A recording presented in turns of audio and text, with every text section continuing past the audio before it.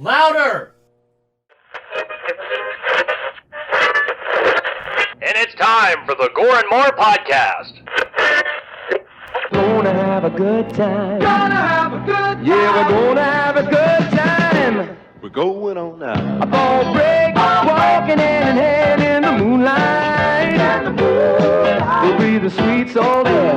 I swear we'll never part. We're going on now. A ball break, running in the sand, feeling alright.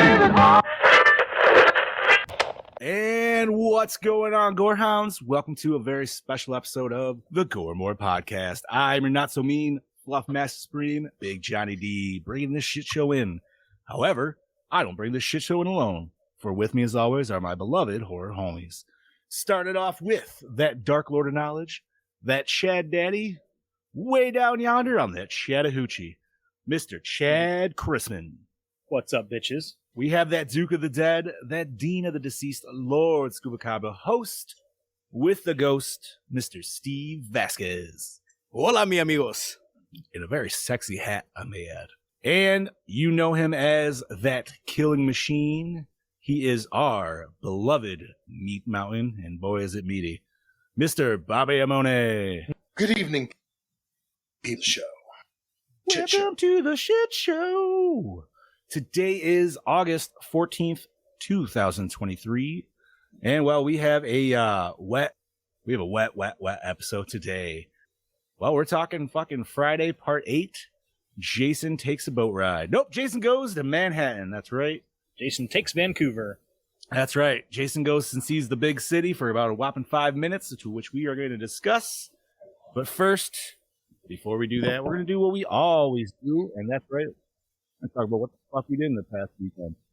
So, Scuba Steve, you up to it today, buddy? Yeah, buddy, let's do this. All right. Ladies and gentlemen, ahora es el momento de tu rebanada de vida. In English, yo slice of life. We Fuck finally yeah, got- buddy. I forgot you were throwing that at us today. Yeah. I liked it. I was just like, what the fuck is he saying? I'm like, I don't speak Spanish. You are about to, motherfucker. Rich, yeah, you know. Chad Daddy, how the hell you been, buddy? Not too bad, you know, work. Thankfully, I work 4 10-hour days a week, so Fridays are optional for me. You know, if I want to go and do overtime, I can. So I decided not to because the wife and kids came back from Ocean City on that day. Nice. So I got a lot of work done around the house. I fixed a leak that's been under my kitchen sink that's been bothering me for the longest time. It varies from like a slow leak to like a kind of a bad leak. And it turns out what happened was the plumber, when he installed the trap under the sink, and I think I remember him saying this before, that he wasn't sure if he got the right nut on each end. Turns out he didn't. So I fixed that. You didn't get that nut. I did not. But no, I did get that fixed. Let's see, what else did I do? Mowed the yard, you know, typical yard work, housework, and then spent some time with the wife and kids. You know, didn't really do much because I don't have much to do. You know, they just got back from vacation. They just kind of wanted to relax, chill. I watched any movies this weekend? Yeah, you did. You watched this. I watched this. I think that's all I watched. You know, played. Oh, if you remember, I started playing the Ezio trilogy, the Assassin's Creed trilogy. Yes. Yes. Finally got through Assassin's Creed 2 and just started Assassin's Creed Brotherhood, which is the second part of the trilogy. And the graphics are leaps and bounds better than what was on the very dated PS2, PS3 graphics. So if you guys, you know, want to play it, it does get better. Nice. Yo, man. Do you remember when that PS3 first dropped and we got all those games? The graphics were amazing. It was mind-blowing at how great they were. What was it, Heavenly Sword? Mm-hmm. Man, I just remember just being blown away with that game, dude, on PS3 drop. Like, it was just fantastic. But anyway, sorry. Chad just took me back to like 07, like hard. I actually got a PS3 as almost kind of a mistake. Because I went through Rent-A-Center, right? Okay. And I went down and I grabbed a Nintendo Wii because I wanted to get a Wii. Yeah. Took it home, started to hook it up, and noticed all the fucking wires had been completely chewed through. What? somebody had used it before, took it back, and their pet must have chewed the wires. So I took it back. I said, yeah, I just got this home. Took it out of the box and everything, and the wires are all chewed up. And they're like, well, unfortunately, we don't have any more Wii's, but we can set you up the PlayStation 3 for the same price, and we'll get you a free game rental out of it, too. All right. Fuck yeah. Hell yeah. Yeah, so that's how I got my PS3. You know what's awesome is I got the Wii when it first came out, and my roommate got the PS3, and then we already had a 360, so we had like the trifecta, dude. But yeah, that was a hell of a November, man, with the PS3 and fucking the Wii dropped, and that was, man, I have some stories. Anyways, But yeah, not much else is new here. I'm tired as fuck because I didn't get much sleep last night. So, Scuba Steve, back to you, brother. All I did was work all weekend long. We really didn't do anything too spectacular that I can think about. What did we do this weekend? Oh, I went to go watch Ninja Turtles this weekend. ooh, how was it? I went. I did not like it. Really? Ooh, okay. Give me. The animation was kind of weird. I was hoping it was a little bit closer to the animation in, with Spider-Verse. Spider-Verse. It's like watching a moving painting. And it's just Oh, yeah, so it's more like a motion comic. yes. And at some points too they look very claymation like it didn't stop work motion well animation? for me. Yeah, like it just didn't. Dude, claymation would have been cool. And the turtles were cool, don't get me wrong. The seeing the boys as actual teenagers and the way being around teenagers now through my job, they acted the way teenage boys would act. You know what I mean? So I give it to them for that. But they completely fucked Splinter over in this fucking movie. What? Completely. What do you mean? How did Splinter train the boys to be ninjas? Well, I guess it depends on what variation you're talking about, but Let's go either way, he studied it prior. Okay. Long story short, right? Splinter is just a plain old New York rat. He taught the boys martial arts because he tried to take them surface side when they were super little, and the humans turned on him. So he's been cowering in the sewers, and he taught them how to defend themselves by watching martial arts movies. Fuck off. That is how they learned. That is how they learned ninja moves in this version of Ninja Turtles. I tried to talk and my mic was muted. I started to say the R word, but you know what? It's probably best that it was muted. Yeah, so it was Todd muted Chad on. Yeah, and no, I muted it when I grabbed my daughter's computer. Nice pants, by the way. I like. Thanks. And so it was just kind of all over the place, man. I understand this is a movie for kids. This is not a movie for us. The way they talk is very TikTok. 1989 was for kids. No, I know, but it's very TikTok. We were different kids, though, I guess. Yes, we were. What pisses me off is everybody says, "Oh, it's not for you; it's for kids." Fuck that! It should be for fucking everybody. It should be for everybody, Yeah. and it would have been great if they'd have made it for everybody. I mean, there's so much source material that they could have used, and what I'm disappointed in is majority of the people that were in this movie grew up with the Ninja Turtles. The writer, the director, they're around our age. You got one man to blame, bro. Seth Rogen. Yeah, I'm sorry. I hate to throw him under the bus, but you know what, man? It was very He is woke. literally the name that is tied to this movie, Yeah. and for the reason it was done and everything else. I just can't get over the really shitty animation. No, It's and just- you know what? like, I thought I was going to be able to get over it because I enjoyed Spider-Verse. It's worse than Spider-Verse. Like it just like I was telling the guys before you jump back in, it was like watching a moving painting. Like That's what it looks like. It didn't. It's like a mixture between a watercolor and claymation. And then a lot of the character designs I hated, like Genghis Frog. Genghis Frog was always this big frog humanoid. With a sweet mustache. Not so in this, he's a little miniature frog. He's just it looks like the original Genghis Frog's head hopping around on two legs. Now, Genghis was the one with the three other brothers, right? There was the four Rasputin. It was Rasputin. It was the four Attila and Napoleon. Yes. Yeah. Okay. So they made Bebop and Rocksteady good guys by the end of the movie. I heard that. Yeah, by the end of the movie, everybody except for Superfly was a good guy, and living with the turtles in the sewers. And That is so stupid. the worst part for me Mm. was at the end of the movie when the turtles go to high school. Oh God. They go to a legit fucking high school and are students in the high school. And they already greenlit a sequel and a TV series for this garbage So, shit. Hold Yeah, they on. did. Here's my hopes. I'm hoping that Splinter lied to the boys about everything. Because at the very, very end in the mid credits, you do see Shredder overlooking New York City. Spoiler alert, but not really, because don't go watch it anyways. It's not that good. You do see a back shot of Shredder standing there looking at the city. One of the scientists from TCRI hires him to hunt down the turtles, essentially. So I'm hoping that what they do is they. No. He's I'm not bounty nec- So I'm hoping that they backtrack it, and the reason that he said yes was because he knows that Splinter's there, and there's the whole tie-in to the Foot Clan and all that bullshit, and they make it right because this was fucking utter trash. Man, I really wanted to see it. Now you just totally like. Yeah, it was Like it was what I it was wanted to- so bad, and even the whole Baxter Stockman thing. Like Baxter Stockman was cool, but they killed him off in like the first 10 minutes of the movie, and like I said, I don't give a fuck. I This know. movie I sucked. just fine. That's fine. But it just it didn't work, man. If they tried to, and I'm not saying keep the turtles in the 90s. I'm not. You know, like I said, I love the fact that the turtles were actually teenage boys that talked like the kids you would see on fucking TikTok. They talk like my students talk. You know, I love that. I love that they were actual teenagers. There was just certain things that just did not fly. So that was my weekend. I bitched about the movie the whole time.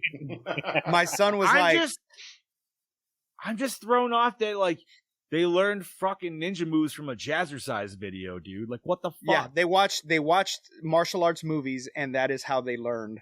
And Splinter learned at the same that doesn't time. work. That Because is then the all of us dumbest would thing fucking you've have ever black belts. Yeah. That is the Like, what dumbest the thing you've ever fuck? heard. Yeah. How many of us were kids fucking watching movies, dude, doing the same fucking shit? And jumping off couches? Splinter was What? such a coward in this movie, like legit scaredy cat of everything in this fucking movie. Like Oh, he and wasn't was voiced this- by Jackie Chan too. wasn't he? exactly. What And the that's I fuck? feel like it was wasted because they could have made him this wise martial arts master like he's always been, and they didn't. They just made him this cowering father figure Wow. that Bro, you just made Out of the Shadows like so much better, and I was like, on that, like it was okay, and now I feel like I want to watch that just to get this taste out of my mouth. yeah. And You you haven't didn't even seen see it. the movie. I know. That's just how Yeah. good Scoobs is for describing it. And I, you Not know, bad and at I don't all. want to ruin it for you guys, but honestly, save the money until it's streaming and then just watch it there because it's just not. If you are a Ninja Turtles fan, if you grew up with the Ninja Turtles, it's just not. It's not a good movie, man. Sad, man. It is, and I was excited for Bebop and Rocksteady. Like they've always been my favorite villains, and they just made them good guys, and they were stupid. Which I mean, they've always been stupid, but they were just. I don't know, man. The only And- time they should ever be good guys is when they both have a common enemy. Yeah. And then they have to work together because those situations have always been fun and shit like that. And it makes more sense. But Well, they ended up turning on Superfly. That's what bonded them all together. But then at that point, they should have just ran off and done their own fucking thing instead of living in the sewers like one big happy fucking Brady Bunch. Because Splinter ends up hooking up with fucking Scumbug. And- What? Yeah. Because it's hard for him to find a date. So he ends up fucking making out with Scumbug. And yeah, it was. So Scumbug's like now their mom. She's the mom figure. Yeah, And they made Scumbug a female at that. They're female. And Leatherhead is a fucking female also in this.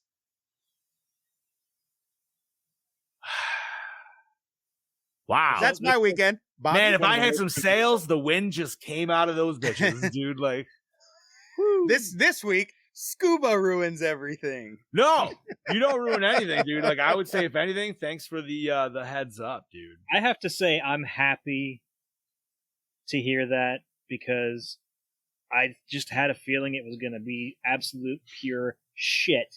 and everybody's like, "Oh, it's gonna be fucking awesome! It's fucking awesome! The animation is it's mind blowing." Like, no, I thought it was going to be good because we finally got different mutants on screen that were from the animated series. So I was like, "Oh, cool! We're gonna get these. We're gonna get these other mutants." Ray Fillet was really weird in this way. He just wanted to be a singer. That's all he wanted. He just wanted to be a singer. And I completely forgot this movie was even out.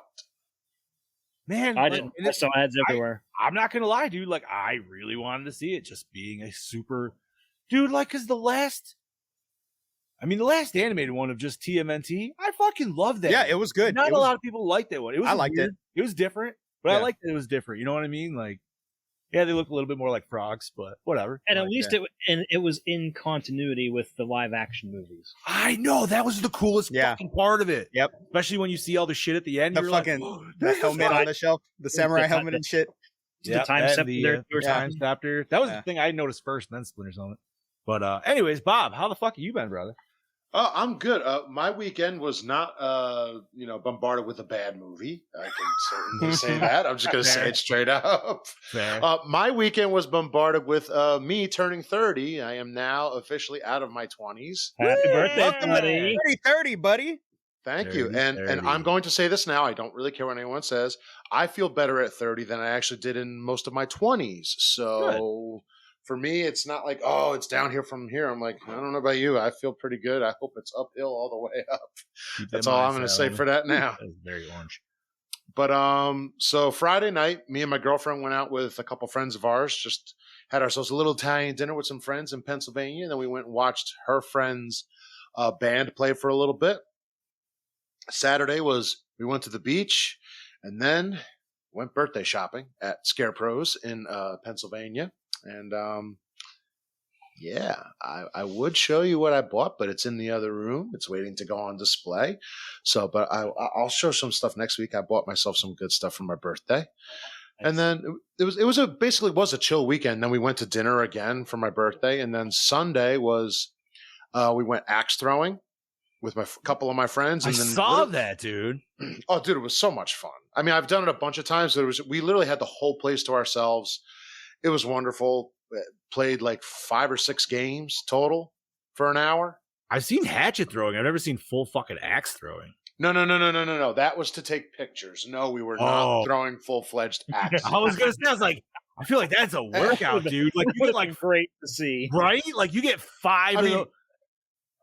I would I don't do it if I was allowed. I would do. If you were allowed. Yeah, like everybody needs to stand behind the glass. Just stay the fuck over Picture there. Bobby with a big fucking battle axe chucking it at a target. Fucking A. But it was such a good time. And then I literally had a pizza party at my house. I just had my Pizza friends come over. party. Just had a whole shit ton of pizza. We played some card games. Had a nice ice cream cake that my girlfriend got for me, and that was it. It was a lot going on this weekend, but it was also a chill weekend. Yeah, buddy. Tim met the leprechaun over the weekend. The leprechaun. I'm the leprechaun. Yeah, he was at Steel Cut it City. out, guy. Stop, you scared me.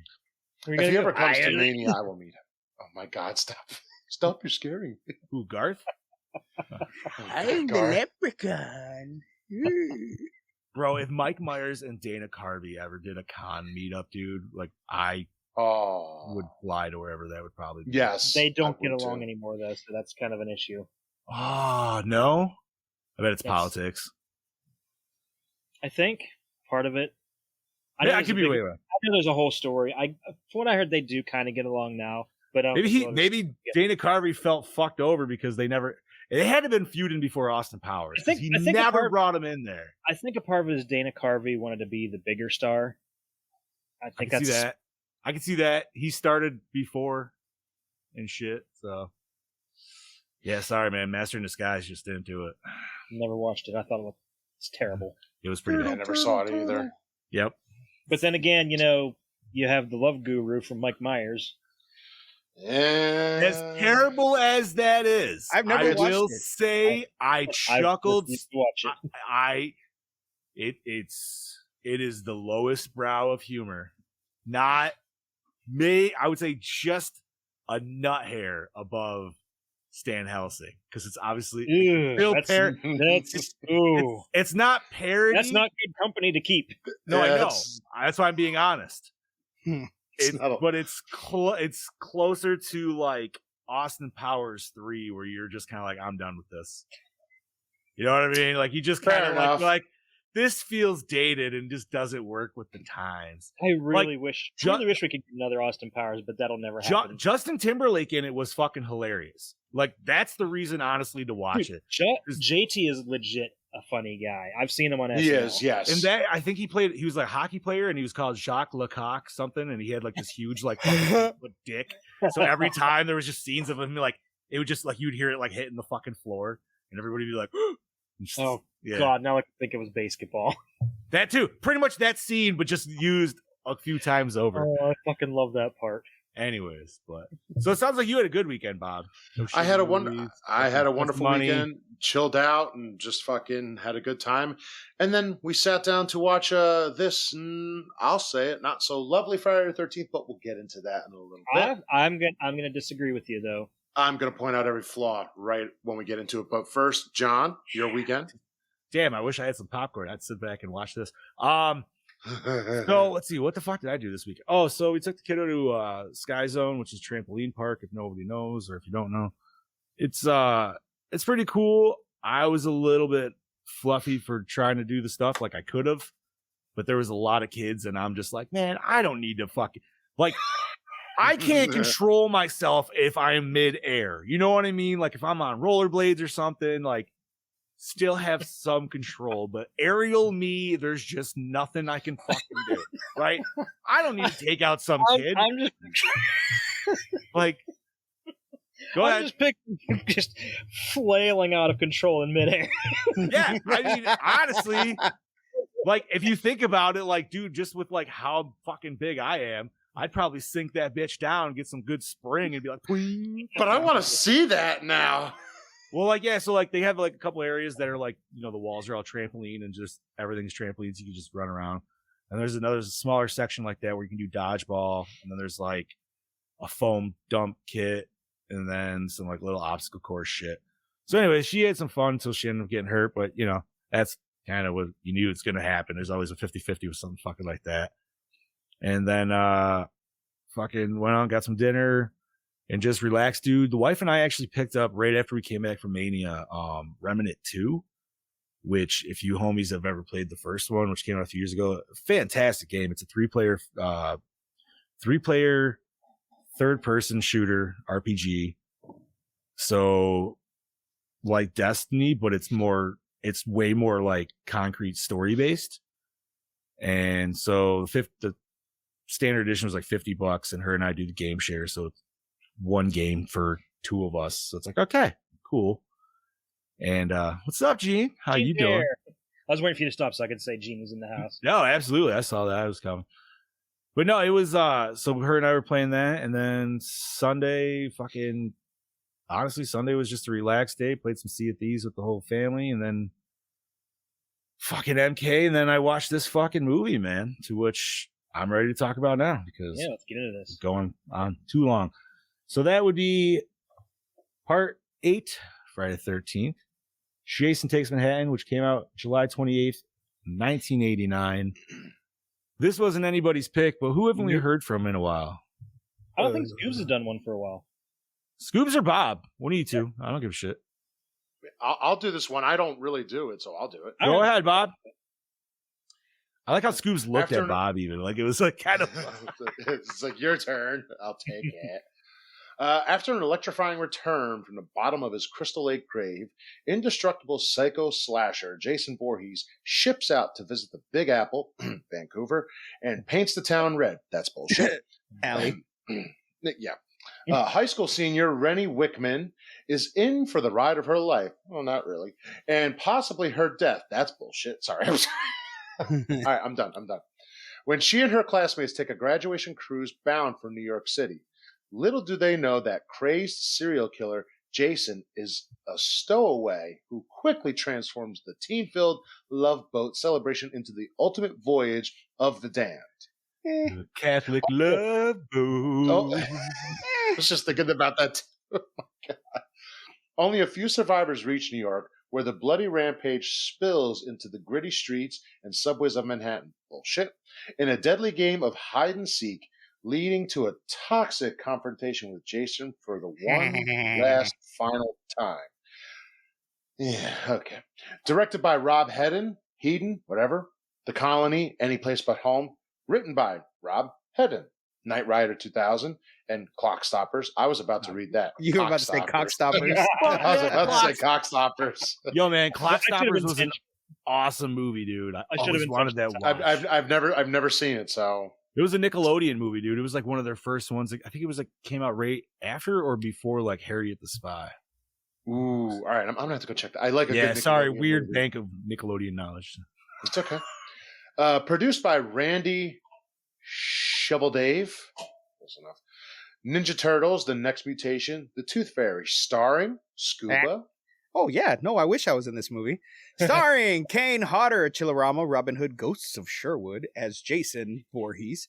Jensen Daggett, Project Alf, Major League, Back to the Minors as Rennie. Scott Reeves, Days of Our Lives, Nashville as Sean Robertson. Barbara Bingham, Death Mask, Beyond Darkness as Colleen Van Dusen. Peter Mark Richmond, Defenders of the Earth, and The Naked Gun 2.5, The Smell of Fear, as Charles what the fuck? McCulloch. V.C. Dupree, American Drive-In Martial Law as Julius Gaw. Martin Cummins, Poltergeist, The Legacy, Riverdale, as Wayne Weber. Gordon Curry, The Terror Within 2, Puppet Master 4 and 5, as Miles Wolfe. Kelly Hu, The Scorpion King, X2, X-Men United, as Eva Watanabe. Charlene Martin, Mystery Date, Hoods, as Tamara Mason. Saffron Henderson, The Fly 2, Dragon Ball Z, as JJ. Yeah. Warren Munson, Big Trouble, Amityville Horror, The Evil Escapes, as Admiral Robertson. And the total body count is, drumroll please, the total body count for Jason Takes Manhattan is only 23. Only 23. Only 23. Is it really? And that's Yeah. including all like potential crew that we don't see killed, but we know are killed. Well, I didn't say anything about the crew because you never actually see the crew, but there had to have at least been a chef. It's actually explained in the deleted scenes that it was a skeleton crew, so there's probably maybe a chef, and that was about everything we saw. And You know why I know there was a didn't- chef? Was it the same reason that you probably do? the hot plates of food. Fuck yeah, bro. There was shit Yeah. on the hot plates. I was like, yo, Yep. who made that? I was thinking that whole scene, my fat ass. I was like, yo, what's under them covers? Same. It's like, yo, what's going on in there? What was on the And dinner? Hot turkey and gravy sandwich. And I did include the four. What the fuck was that? I don't know. But I did Scared. include the 4 teenagers that were killed off screen when they drowned in the disco room or something. Oh, right at the end, they were running like, oh, Yeah. God. Yeah, because the teacher told them to wait there, and the next Yep. thing you see is Yeah. like it's all fucking underwater. That's true. All right. Yep. So, yeah, Chad Daddy, go ahead. Music by Fred Molin, Spring Fever, The Outer Limits, cinematography by Brian Englund, Cheerleader Camp, which is a surprisingly good slasher, and Gate 2, The Trespassers, edited by Steve Merkovich, one of my all-time favorite movies, Big Trouble in Little China, Fuck yeah. Mm-hmm. and Con Shit. Yeah. I like Con Air. Con Shit. Never, yeah. I haven't watched Con Air in probably 20 fucking years. I have bro. never seen it the whole way through. I've said I honestly I'm not a don't know if big I Nick have fan. even. That's like The Rock. I've never seen the end to The Rock. It's okay. You just smell what he's cooking anyway at the end. Ooh, good one. Okay, effects and makeup by Jim Gill, The Outing, and A Nightmare on Elm Street 4, The Dream Master, distributed by Paramount Pictures, runtime of 100 minutes, rated R, budget of $5.5 million, and it grossed $14.3 million. All right, so it still made some money back. Still made some money, but it's the least successful. I was going to say the least successful one. You know why? This is the same thing, although this took a lot shorter of time.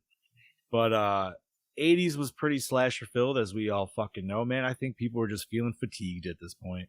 And this was another year where we had Jason, Freddy, and Michael all releasing movies at the same time. Yep. And Mhm.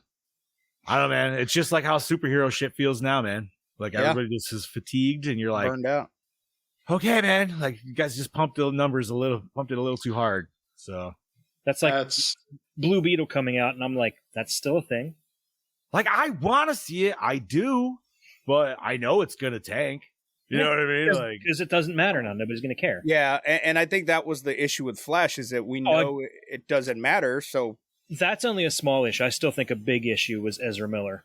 Yeah, I think that was more the which is unfortunate because it wasn't a terrible movie. I enjoyed it. I still think because Warner they Brothers could should release Batgirl. They still could have flipped around the end of that and still made it like work to go into the new. You know what I mean? Flash is the one that's the most open to possibilities to still be. There could have been an explosion. He could have woken up, and it could have been Grant Gustin. Yeah, absolutely. That would have been bad. You're like, man, I had this dream where I was just fucking hideous as hell. Like, just like, well, all right, let's generally discuss this. So, all right, well, here's you go. Hold on, go, John. Hold on. Oh boy, we got cards, lists. Let's go. Scoop's got a whole list. All right, here. Let's go first. All right. Well, here's what I'll say. Let's start with the negatives first. Go ahead. Well, Bobby. I'm not. Should we do this? Should we do the manager sandwich? Give Let's it a do the good, manager a bad, and then a good. So who's got a good? I have a good. I'll start with the good. Yeah. My good is I loved the masked design of this Jason. I love the sliminess. I love, he's been underwater for so long. The mask looks fucking dope. I love the, just the way that his body looks waterlogged. Finally, after being underwater so long, this is the look that he should have had. Mm-hmm. Not so much when he takes the mask off, but we don't know if that goofy looking look that we get is what he actually looked like before she threw the toxic waste on him. Fair. So I've always wondered, what did he look like before? What was the actual thing that the kids saw when he raised his mask? Because it wasn't that stupid little pumpkin smile thing. No. That scene is just so like Ninja Turtles to me, dude. I don't know why. Yeah. It just feels like that, but it just have you by chance watched the deleted scenes? No. Yes. It gets worse. Yeah, it was 10 times It was worse because after she throws the toxic waste in his face and it takes the mask off and it's burning, there is a fucking little child Jason that's like squirming around, screaming for help in his fucking mouth. Yeah, that's when he's like throwing up that water. Yeah. So I have an explanation for that we'll get to later. It looked too. so bad. It was not convincing at all. So I'm going to take what Scoop said and I'm going to flip it because I think this is possibly one of my worst like Jason looks. Because how did he regrow his skin and shit from part 7 when he's been decomposing in that part the whole time?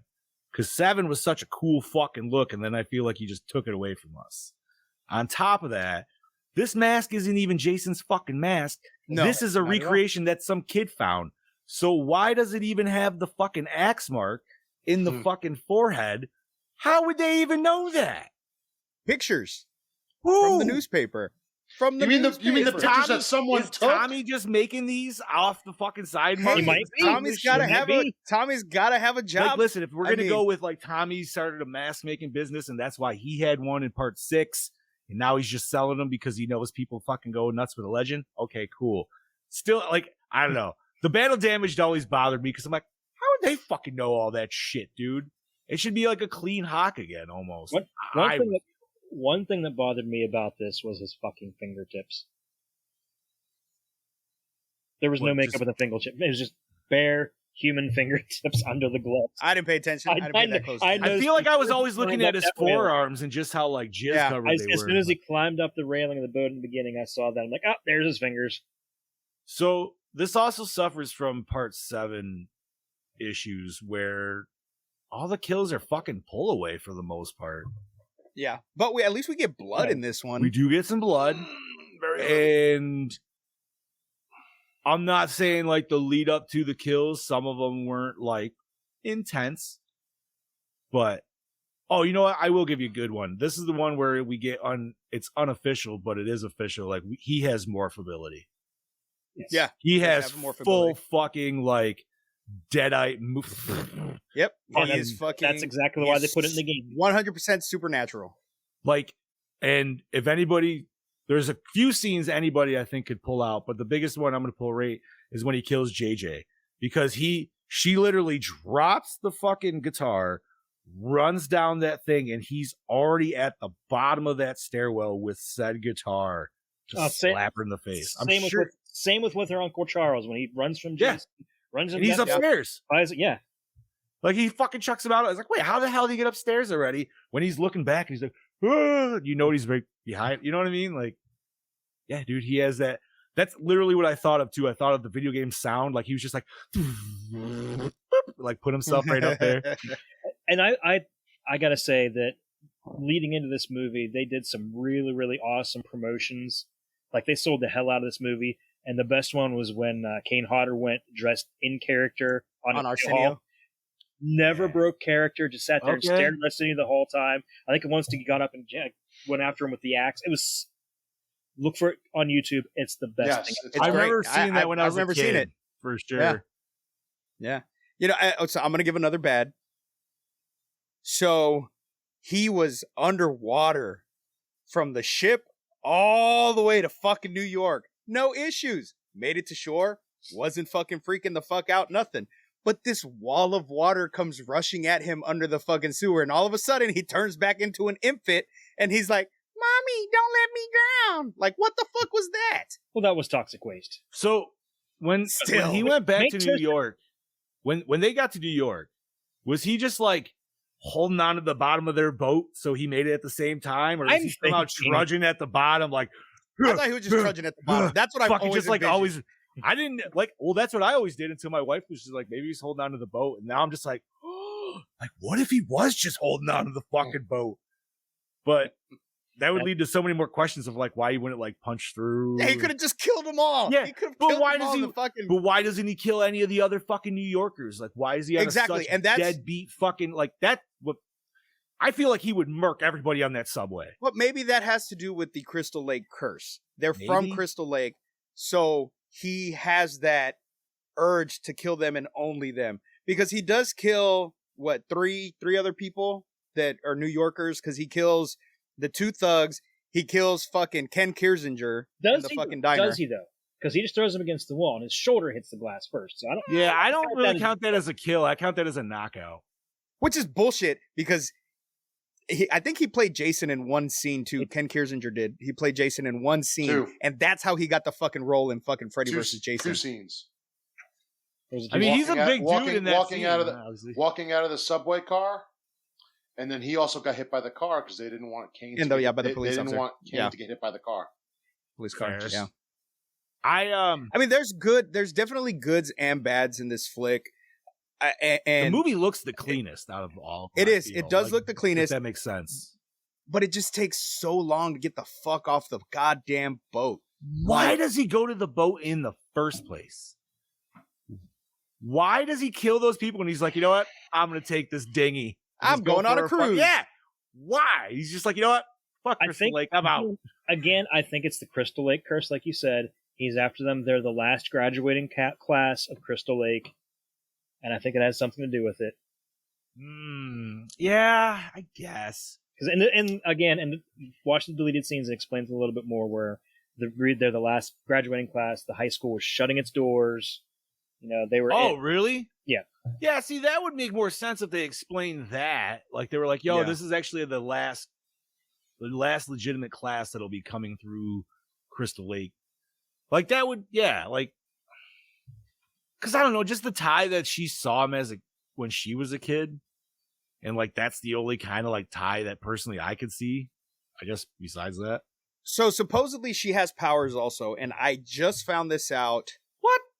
What crazy I found powers? this out over the weekend. No. She's an empath, so she can sense Jason's inner child. And the only reason I found this out, I was scrolling through TikTok. And somebody was reading the Freddy versus Jason versus Ash, the one that happens after the first The first one. I forget what it's called. It's Freddy versus Jason versus Ash, and then it's got another Yeah, title. it's but it's got all the survivors in it from the other ones. The Freddy movies and the fucking Jason movies, and Rennie's in there, and they explain that she has this kind of empathic link to Jason, and that's why she was able to see him as a kid, because she was sensing all of that bullshit that was still in him, that inner child that was still in him or some shit. They should have never did psychic powers in part 7, dude. You just like tweak the whole, like, I get that they tried going back a little bit, but here's another issue with that, and maybe you guys have it too.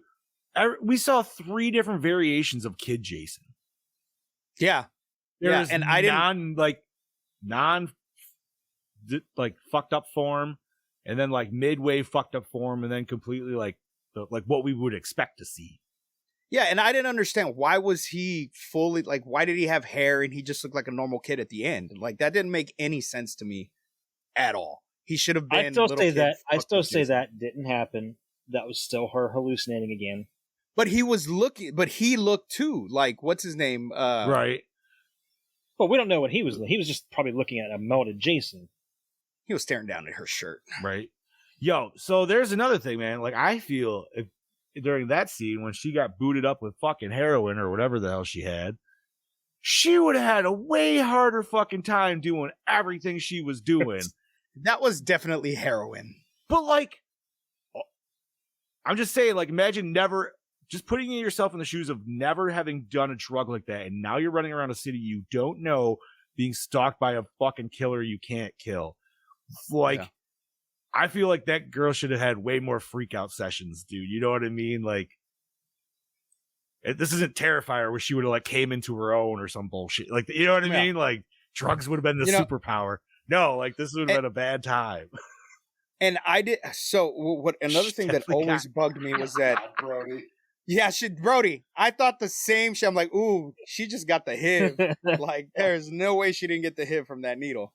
But you know, I always saw this. Why wouldn't anybody find it suspicious that there's this fucking masked hockey dude walking down the streets of New York? The cops didn't fucking think anything of it. Like, nobody fucking said anything until I went to New York, and now I understand that it's just everyday shit. They don't give a fuck. They don't give a fuck. And this was 80s New York, dude. So that was even when it was dirtier. Like, it was like top grunge. Or, yeah. So, Bob, you've been holding steady for a minute, man. I feel like you just been bursting at the bubble. Go ahead, man. Go nuts. All right. Well, I'm just going to go pure continuity to start. Like, okay, I understand this look of Jason. Yes, people like it. Here's my fucking problem. I mean, you said it already, John. But we got him decayed, waterlogged, bones showing, looking angry in the last movie. Here, Puffball, look like this. Who said to the makeup artist, do your thing? Don't pay attention to the last movie. That was no good. We want better. This was hard. I will say, I mean, I like the look. I'll straight up say, it's horrible. It's not scary. If that continuity bothers you, just wait until we get to the next one. Yeah, no shit. See, I'm not gonna lie, man. Well, like, that's where we get walking tumor, Jason. We're gonna have to discuss it more when obviously. Well, now see, 9 still feels more like a Freddy versus Jason, where it feels just standalone to me. Yeah, more than very standalone. Like, X feels more in the continuity of like, okay, I could still see that existing in the, like, we just skipped 9, you know. But I don't know. We'll get there. But there's a lot of other things that this movie bothers. Because while I was watching this, I'm just like this. I'm like, I'm not into this right now. First of all, also, you guys also left this out. Crystal Lake is a lake. It's not a waterway. Where the fuck do they come from Crystal Lake to fucking Manhattan? Maybe it was a neighboring lake. Well, or neighboring waterway. But then it's not Crystal Lake. Why couldn't it be? Crystal Lake's here. Why couldn't there's it be? A neighboring waterway. Because, well, here's the so say in the beginning those 2 kids get killed. They're in Crystal Lake because you see the camp. Right. Where the hell did that boat get from there to lock system, bro? What are you talking about, man? You live in Jersey. No, I'm in New York. We have locks and channels everywhere. I could fucking, bro. there is ways to where I could get my ass But from to where I live to New York City on boat. It would be possible. So Woo! We got Chad Daddy in the yellow. I'm sitting watching, just drop. I'm hard watching. but what I'm getting at is this is never ever mentioned in any other movie, like a million other things that are never mentioned in any other movie, which is fine. But it's just like, I'm sorry, I don't care what anyone says. There's a waterway. I don't think if it's a lake, there's no waterway big enough for that boat, meaning the boat that we all of a sudden see appear that just got killed the night before, to appear where it was. No, I feel like that boat would be honestly like that would be one that would be at a like a boatyard, dude. You know what I mean? Like you're not because it's not a giant cruise ship, right. Like that's No. I'm not. Not that boat. You're talking about the first one that he drove. Yeah, the Right? white one. Yeah, that's still like not that big of a boat to have on a smaller like man-made lake, dude, or let alone a channel system. I'm going to say this. I'm not buying that because a lake is also 9 times out of 10 usually not having a waterway that big to something else. At that point, it would be a river, or it would be what do you call it? Like I forget what the fuck they call it, but that just doesn't make Like sense. a channel. Well, yeah, that's what I'm saying. Like, dude, it, I don't know, man. I live right here in the Finger Lakes, bro, and every lake is connected by channels and riverways. So you could get to any which way, and I can get out of state completely through the riverways and channels. Well, so that's what I'm saying. Like, I don't feel like it's not that feasible, dude. I feel like it'd be pretty actually easy. Well, I feel for this one, it just doesn't make sense to me, and I will stand by that. You know what doesn't make sense to me before you go to your number 2? Where the fuck was the dog supposed to piss and shit? My wife asked that. She's like, why are you bringing a dog on a cruise? Where's he going to go to the bathroom? And I was like, I have never thought about that in the fucking 30 years I've watched this movie. I literally wrote that down. That was one of my icks about this movie. Where was the puppy supposed to pee and poo? I mean, clearly he's going on the deck and you're just cleaning it, but ew. Like, gross. And all right, Bobby, give us your number 2. well, my other number 2 literally goes to the kills. I say we have 2 good ones. The rest of them are very mediocre. And we say there's blood in this. I'm like, there's a lot less blood if you really pay attention than you really think there is. There's no real blood when he shoves the rock in his chest until after, and it's not that much when it should be a lot more. Oh, that would still burn so bad. It would burn. It cauterized the wound. Fuck That's yeah, why there it wasn't that much blood. And then all there's that no fire and you get like the blood from the 2 in the beginning. I don't know. These kills are just so underwhelming to me. Did anybody notice that when he threw that one kid into the fucking little area under the deck where it fucking caught the boat on fire or whatever, when the fire started, Yeah. the kid was already on fucking fire before he fucking hit the thing. wait, where was this? The kid with the video camera, when he dies. Oh, When Jason throws Yeah, him, yeah. he was already on fire Yeah. before he ever hit the fucking thing. that's one where it's like, man, as a kid, I used to love those kills. And as an adult, I fucking hate them because they're so cheap.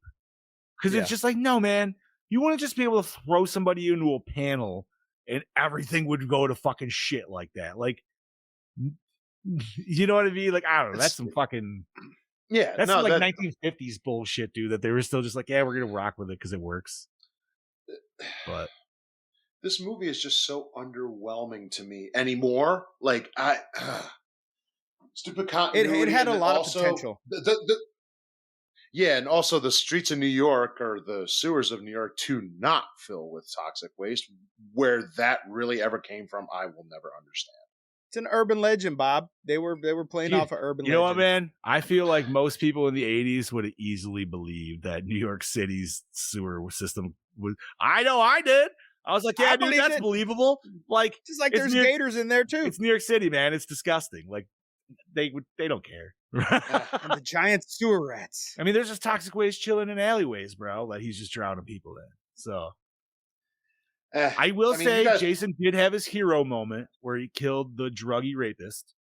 So That's why like, this that this was- is the Disney Friday the 13th for that reason. like he definitely Yeah, because yeah. he would have punched through both of them. Like That's Yeah. what I'm saying, dude. He would have pulled apart nine. That's We're that's just another ah, part. like- That's another problem that I have. Is like, wait a minute, you put a needle through him, and that needle somehow grows like 3 feet to go through his Yeah, body. but that needle was literally pointless at that. It was just a punch through the fucking like his whole That's what body. But it's so. I would have loved to. I would have rather have seen his hand come through with the needle still through, and it's like, oh, so that did kill him. And she would have been dead. That was his golden opportunity. And man, I feel like she would have been way more fucked up that whole time, dude. that too. Yeah. Like she would have not been able to get up. Like she seemed very like there was like one moment where she kind of was like, and like that was, and then she like ran it off, and I was like, not for nothing, man. I definitely have had my fair share of partying times, but somebody just booted me up with fucking heroin or something, dude. Like, no, pretty sure I'd be having a bad time. But yeah, Or you'd be like, like if it was a comedy or a parody, it would be the opposite, dude, and she'd be like super fucking heightened because of the drugs, and that way it could fight Jason. But Like fucking Crank. yeah, exactly. Fucking perfect. We need to fuck in front of all these Chinese people. But I mean, I honestly don't really have much more to say about this movie other than it's stale for me, which is why It is very stale. Which is why, when we get to the next one, I will have more to talk about because just in general. But this movie is it's stale. Like, no disrespect to the people that made it. I know you were trying to do what you could, but clearly someone was just like, no, you really can't do all this shit. You're just going to have to make it like this. And it turned out mediocre at best. Very, very. As a kid, I really, really, really enjoyed this movie a lot. As an adult, not so much. And it doesn't, there's just not enough going on for this to be an awesome Friday the 13th movie. You were on a ship in the middle of nowhere with Jason fucking Voorhees, and he would have slaughtered that entire within hours of being on there, you know? Not even hours. The ship is not even that big. He could have done it in 20 minutes. Yeah. They also And I make just that feel like ship look a lot That's how bigger, you know too. Jason likes to fuck with his victims, man. It's not just about like, it's not about the numbers. Like it is with the numbers with him, but Jason's always got to have that setup, man. He's always got to have that ambiance where he's like, oh, look, I killed your friends. You know what I mean? He did it with his fucking, what's his name, right? With his head in the police car. Yes, he did. He did. Like that was a perfect fucking setup, dude. Rip Julius, rip. The only man to ever go toe-to-toe with Jason Voorhees. First of all, that scene, that dude deserves so much more credit because I don't know when his knuckles busted against Jason's mask, but you definitely know they did. Yeah. Because there's no way you're punching that Probably without 4 or 5 punches in his knuckles. Are easily, bro. Dude, and he Like, was hitting him fucking hard. Yeah, because they're all, those are all real, too. which I'm just like, you know, he's got the mask on. Why are you trying to punch the mask, man? Like, you know what I mean? Like, obviously it was a cool looking scene, but shit made my fucking hands hurt. Yeah, no. But also, I say that not one character for me is really likable to a full extent in this movie. Everybody's like, yeah, you could all die. I Honestly, feel like JJ was, and they killed her fucking first off. It was sucked. Because she seemed like the sweet friend that actually kind of liked the dude who actually just liked the bitch. But it never went anywhere because she died right away. Yeah, she was rather cute too. Fucking right, man. She had that Joan Jett thing going on. Man. And she's Gohan. That too. She is Gohan. I couldn't believe that. I'm sitting there. She peed in Krillin's mouth, dude. I was. God damn it. But yeah, I was looking over the cast. I'm like, Saffron Henderson. Like, I know that name from somewhere. And I'm sitting there looking at some Dragon Ball Z. Like, wait, who's she voice? Like, oh my god, it's Gohan. Obviously, little kid Gohan. Well, yeah. But fuck yeah, bro. That's awesome. No, I mean, you know what, Bob? You're not wrong. There's not a very likable character. Even the mom, or not the mom, what that other teacher, which is like her other guardian, I think, or whatever. I think it was just her mentor. Yeah, I think she's just a mentor. Okay.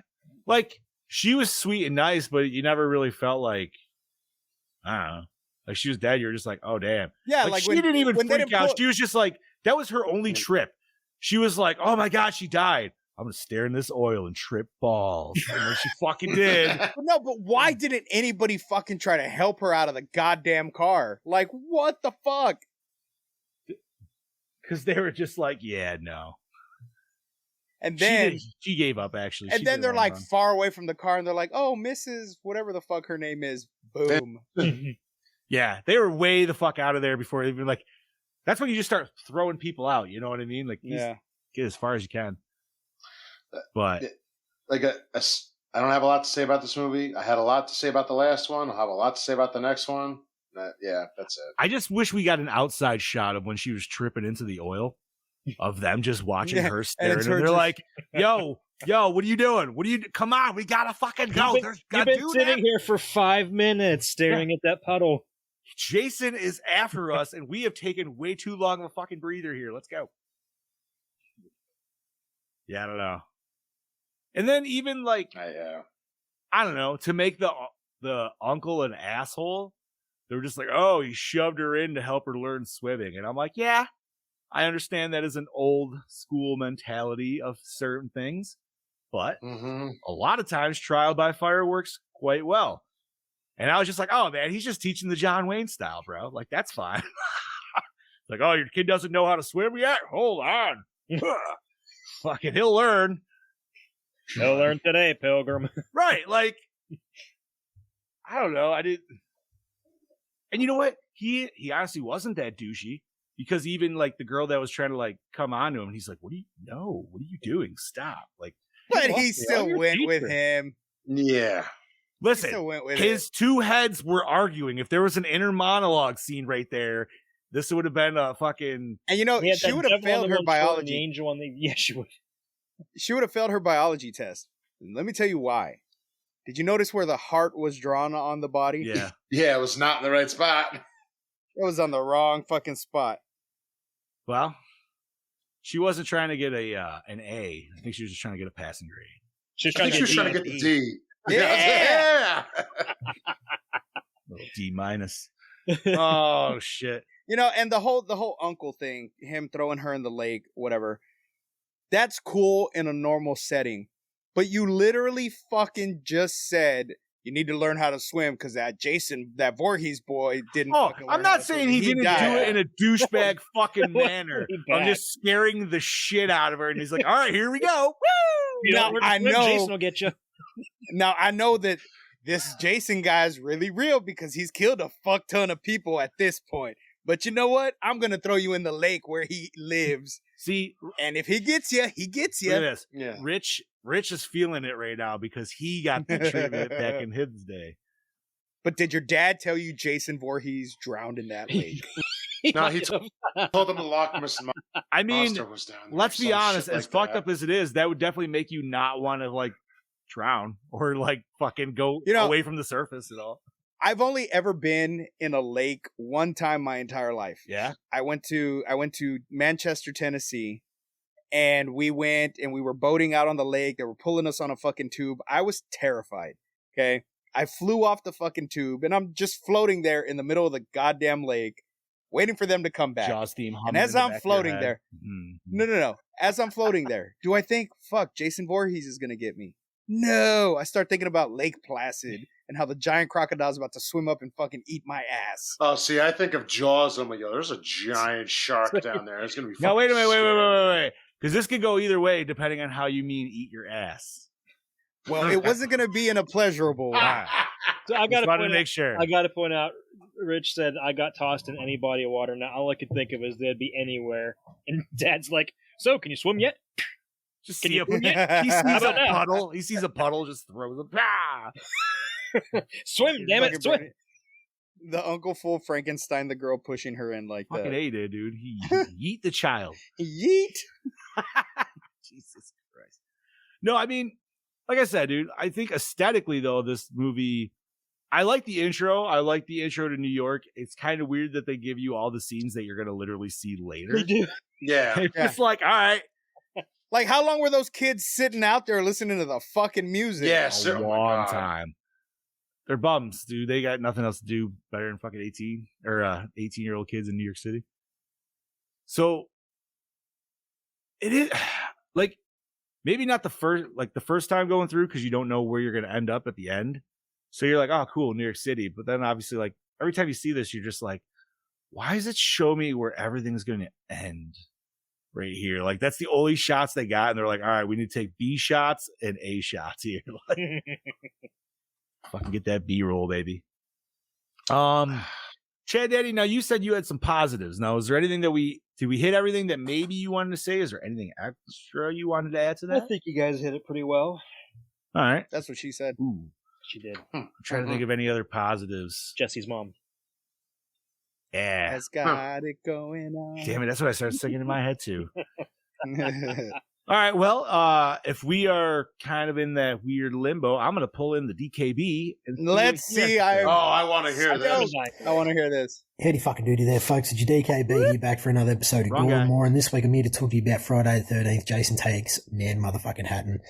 Yeah, good old part 8, hey? Fucking, I love this film. I fucking love this film. Very nostalgic to me. So I'm going to be very biased in this one. Let me just start off with saying why it's very nostalgic to me, and that is mainly for the fact that this was the very first Friday the 13th film that I've seen. I'm pretty sure I mentioned that in my Part 5 review. It was either Part 5 or this one, but I'm thinking more so I was gravitating towards Part 8 as my very first Friday the 13th film. I remember walking into Family Video Land, that's what it was called back in the day, a 10-year-old kid that had the permission to borrow out any film that he wanted to, obviously not porn, although the porn section was in the horror section, which I am going to be leading up to that with my story. So I used to go into the horror section and I used to sit there, grab the videos off the ground, sit there with my legs crossed, look at all the artwork and just stare at it, and I would pick on, because I'd only have a little bit amount of money, you know, I'd have like maybe $6, so I was able to get a $4 rental and a $1 or two of the $1, whatever the fuck it was. So it was really hard to choose a horror film, mainly due to the fact of the artwork. I seen Part 8 there, I looked at it, I looked at the back, I was like, holy fuck, this looks fucking fantastic. I'm sitting there looking at all these videos around me.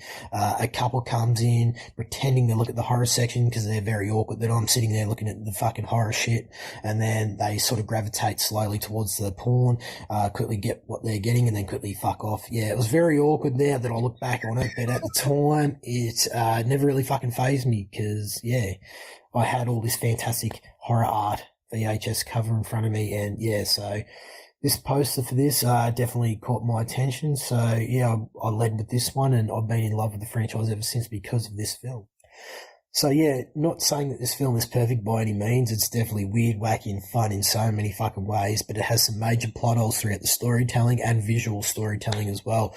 I mean, in one scene, Jason looks like a normal kid. The next minute, he's got no fucking hair. And then the scene after that, later on down the track, he's got fucking strands of hair with a googly eye hanging out of his fucking head. So make your goddamn mind up in which Jason you want to roll with and just go from there. I will say there's a couple of cool things with some of the cinematography, how Jason, well, some of the shots, Chad will probably explain it in his notes, but how they were able to film some of the stuff where Jason's actually in the windows, how they were able to use the camera and turn it upside down in certain shots and that. But like with a Friday the 13th film like this, so far down in the franchise, it's something a little bit different. I mean, he gets on a boat and then he ends up in fucking Vancouver/Manhattan or whatever the fuck you want to call it. But having this film so far down in the franchise, I'm just really there for fucking Jason and the kills alone at this stage. So I don't really give two fucks about the story because it's kind of the same old shit by this stage, like I said in my last review of Part 7. So anywho, still a fucking fun movie to me. I like that he's on the boat and this shit happens on the boat, whatever, but I think the film, for me, gets better as he gets off and he's killing homeless people. The boxer, the fight scene between him and the boxer was actually really cool. There's a cool shot there where he punches the head off the boxer, and the cinematography does this really cool shot that's from the POV from the head rolling off the roof. I thought that was done pretty cool. I actually really like the look of Jason in this film. I'm probably only one of few that really do, and I do not give a fuck to admit it. I really enjoyed the look of the mask and the way he's all slimy and shit. Yeah, I think that's really cool stuff. That's just me, for me personally. So yeah, yes, I really enjoy this film. I really do. So the kills in this film, I think personally are fucking great. I mean, we get a guitar kill. That's cool. not to mention Jason teleporting in this film and then killing people. Fucking I thought right. that was actually pretty cool, even though it doesn't make any fucking sense half the time. Because he's not really, I mean, you can sort of say he's got supernatural elements about him, but he's more so a zombie, so he's not really a fucking ghost. So that's what I mean. There's just shit that don't make sense, but when it plays out on the screen, I thought it was cool. We get a bit of glass to some Sheila's face. Like I mentioned, the boxing scene. There's one scene in this film that I felt that was really creepy to me as a kid, and that's after he gets the toxic waste thrown on him and his mask comes off. It's not the screaming, that stupid screaming bit. It's more so that Jason sways side to side as he's melting away down in the tunnels. For some reason, I felt just creeped out by it. It just looks creepy, especially those very long, distant, wide shots of him and the victims down there trying to get out. There was just some tension. I think it was more so the 100%. Tension, how they try and climb up the ladder and, he grabs their legs and all that sort of shit. You just how close they were to becoming victims of Jason. So, yeah, it's good stuff for me personally. But I got to give a huge shout out to the teaser trailer. That's cool. But there's one fucking poster that I love. It's like I Heart New York. That is such a fucking cool poster. It's probably the best poster out of the whole entire franchise for promoting a film like this. It's actually one of the posters that I wish I had and I need fucking pronto. I have. It's just so clever to marketing behind this. It's just a shame that we never got the original script played out on screen for us, but obviously Chad will go into that a little bit more with money issues behind this, or maybe the producers were just not giving a fuck at this stage for the franchise. But yeah, all in all, I am a huge fan of this film, and I ain't afraid to fucking admit that. And I know a lot of people out there are probably thinking I'm an idiot, and that's okay. But yeah, this film for me, mad nostalgia. Like I said, it was my introduction into the Friday the 13th franchise, to Jason, and I just remember I was creeped out by some scenes. So, anywho, this is your DKB, giving it a Gore N More score. Going to be very biased here. I'm going to give it a 4. I want to give it a 4.4, but I'll give it a 4.2. I feel that's fair. 4.2 for me this week. So anyway, this is DKB signing out. I hope you gentlemen have a good evening, and I look forward to hearing what you guys have to say about this film. So cheers. Cheers. Thank you, Doppelganger Kangabanga. Started off with a 4.2. That was real quick. Here's the best part. Here is the best part of the whole movie. The poster that got banned. You know what? I'm not going to. And I got it signed by good old Kane Hodder himself. That is actually not the poster that got banned. The poster that got banned had blood on the knife. Oh. Yeah, well, it's a either way. But that one did get banned as well, but the blood one was first, and they're like, nope, get rid of it. Either way, I 100% agree with Brody that I feel like that poster was the one that always sold me on this movie. Yeah. Because it looked cool as fuck. I always remember seeing that at the fucking video store back in the day. You also get the I wish Scream Factory would have included that on the B side. Yes. Of the flip case. Yes. That would have been dope. Like they did with some of the others. That would have been dope. No, so yeah, Brody set the bar pretty high with a 4.2. But you know what, man? We all like our Jason movies regardless of what everybody else says. Yeah, and like I said, I like this because I also have nostalgic reasons for really enjoying it, because when it first came out on video, I sat around all day waiting outside the local convenience store because they were the only people in town that had it, waiting for it to be returned so I could rent it. And I just kept going in, checking on it, and they're like, nope, not here yet. Nope, not here yet. The poor people working there must have been getting so pissed off at 13-year-old me. All right. So Gene is also going in the 4.5, and Rich is going 2.9. We'll see where all of the four of us end up at the end of this shit. But Bob might be the low score. But another thing about this is it kind of pisses me off that this is the only Jason that we've never gotten any figure for in any way, shape, or form. No, really? And NECA needs to get their asses on. NECA never did a part 8. Nope. Everything is up to part 7, and then they have the remake and Freddy vs. Jason. They still need part 8, I have part the Freddy 9. vs. Jason one. They need part 8, part 9, and X. But part 9 and X, they have been done. Yes, but a proper. I think it was Was it Sideshow Toys? Or But was it X? Was X Uber or was he pre-Uber? All right, so It was Uber. Here, Okay, so- we got Uber in the Movie Maniacs line. Okay. Yes. Mm-hmm. And if I'm not mistaken, we get pre-Uber. I think Sideshow, they used to do like 12 or 13-inch dolls, and there was a pre-Uber. 'Cause I love pre-Uber style, dude. Pre-Uber style. I would love an Same. ultimate from them for him. We also got Mezco did the Part 9, Mm-hmm. All right. and then they also did It's a not a good Sideshow of figure, that, though. too. So no they- Part 8. Interesting. We need an ultimate Part 8 and 9 for All right. sure. Please, NECA, So- listen to us. Sorry. And an X. It's not up to NECA at this point, really. I mean, it is, but it isn't. You still got to go through the fucking Licensing. rights. Yep. Well, they could get away with. So what would it come with? Fire Technically- axe, guitar. I feel like it would have to. Heroin needle. Julius's head. Heroin Yeah. needle. I don't know about that one. That'd be a Maybe. hard.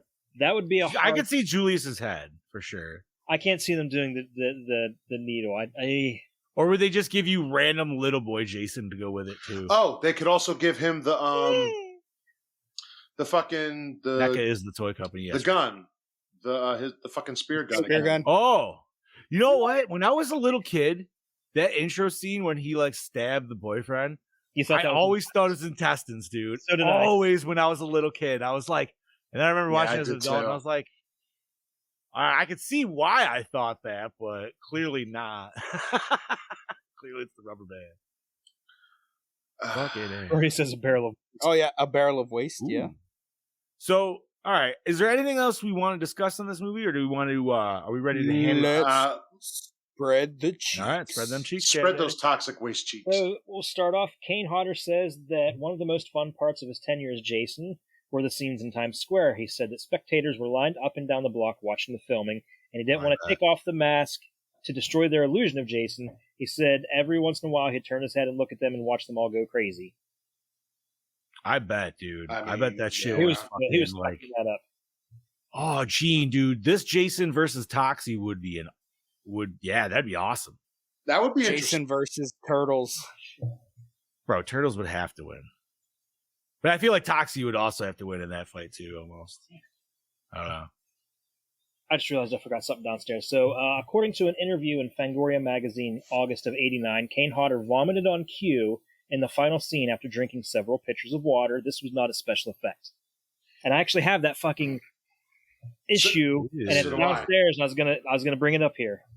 So that was actually like him just throwing up on fucking Yep, camera. throw up on command. Oh, it's He- so gross. He likes to talk about it because he could do it like he could literally do it on cue.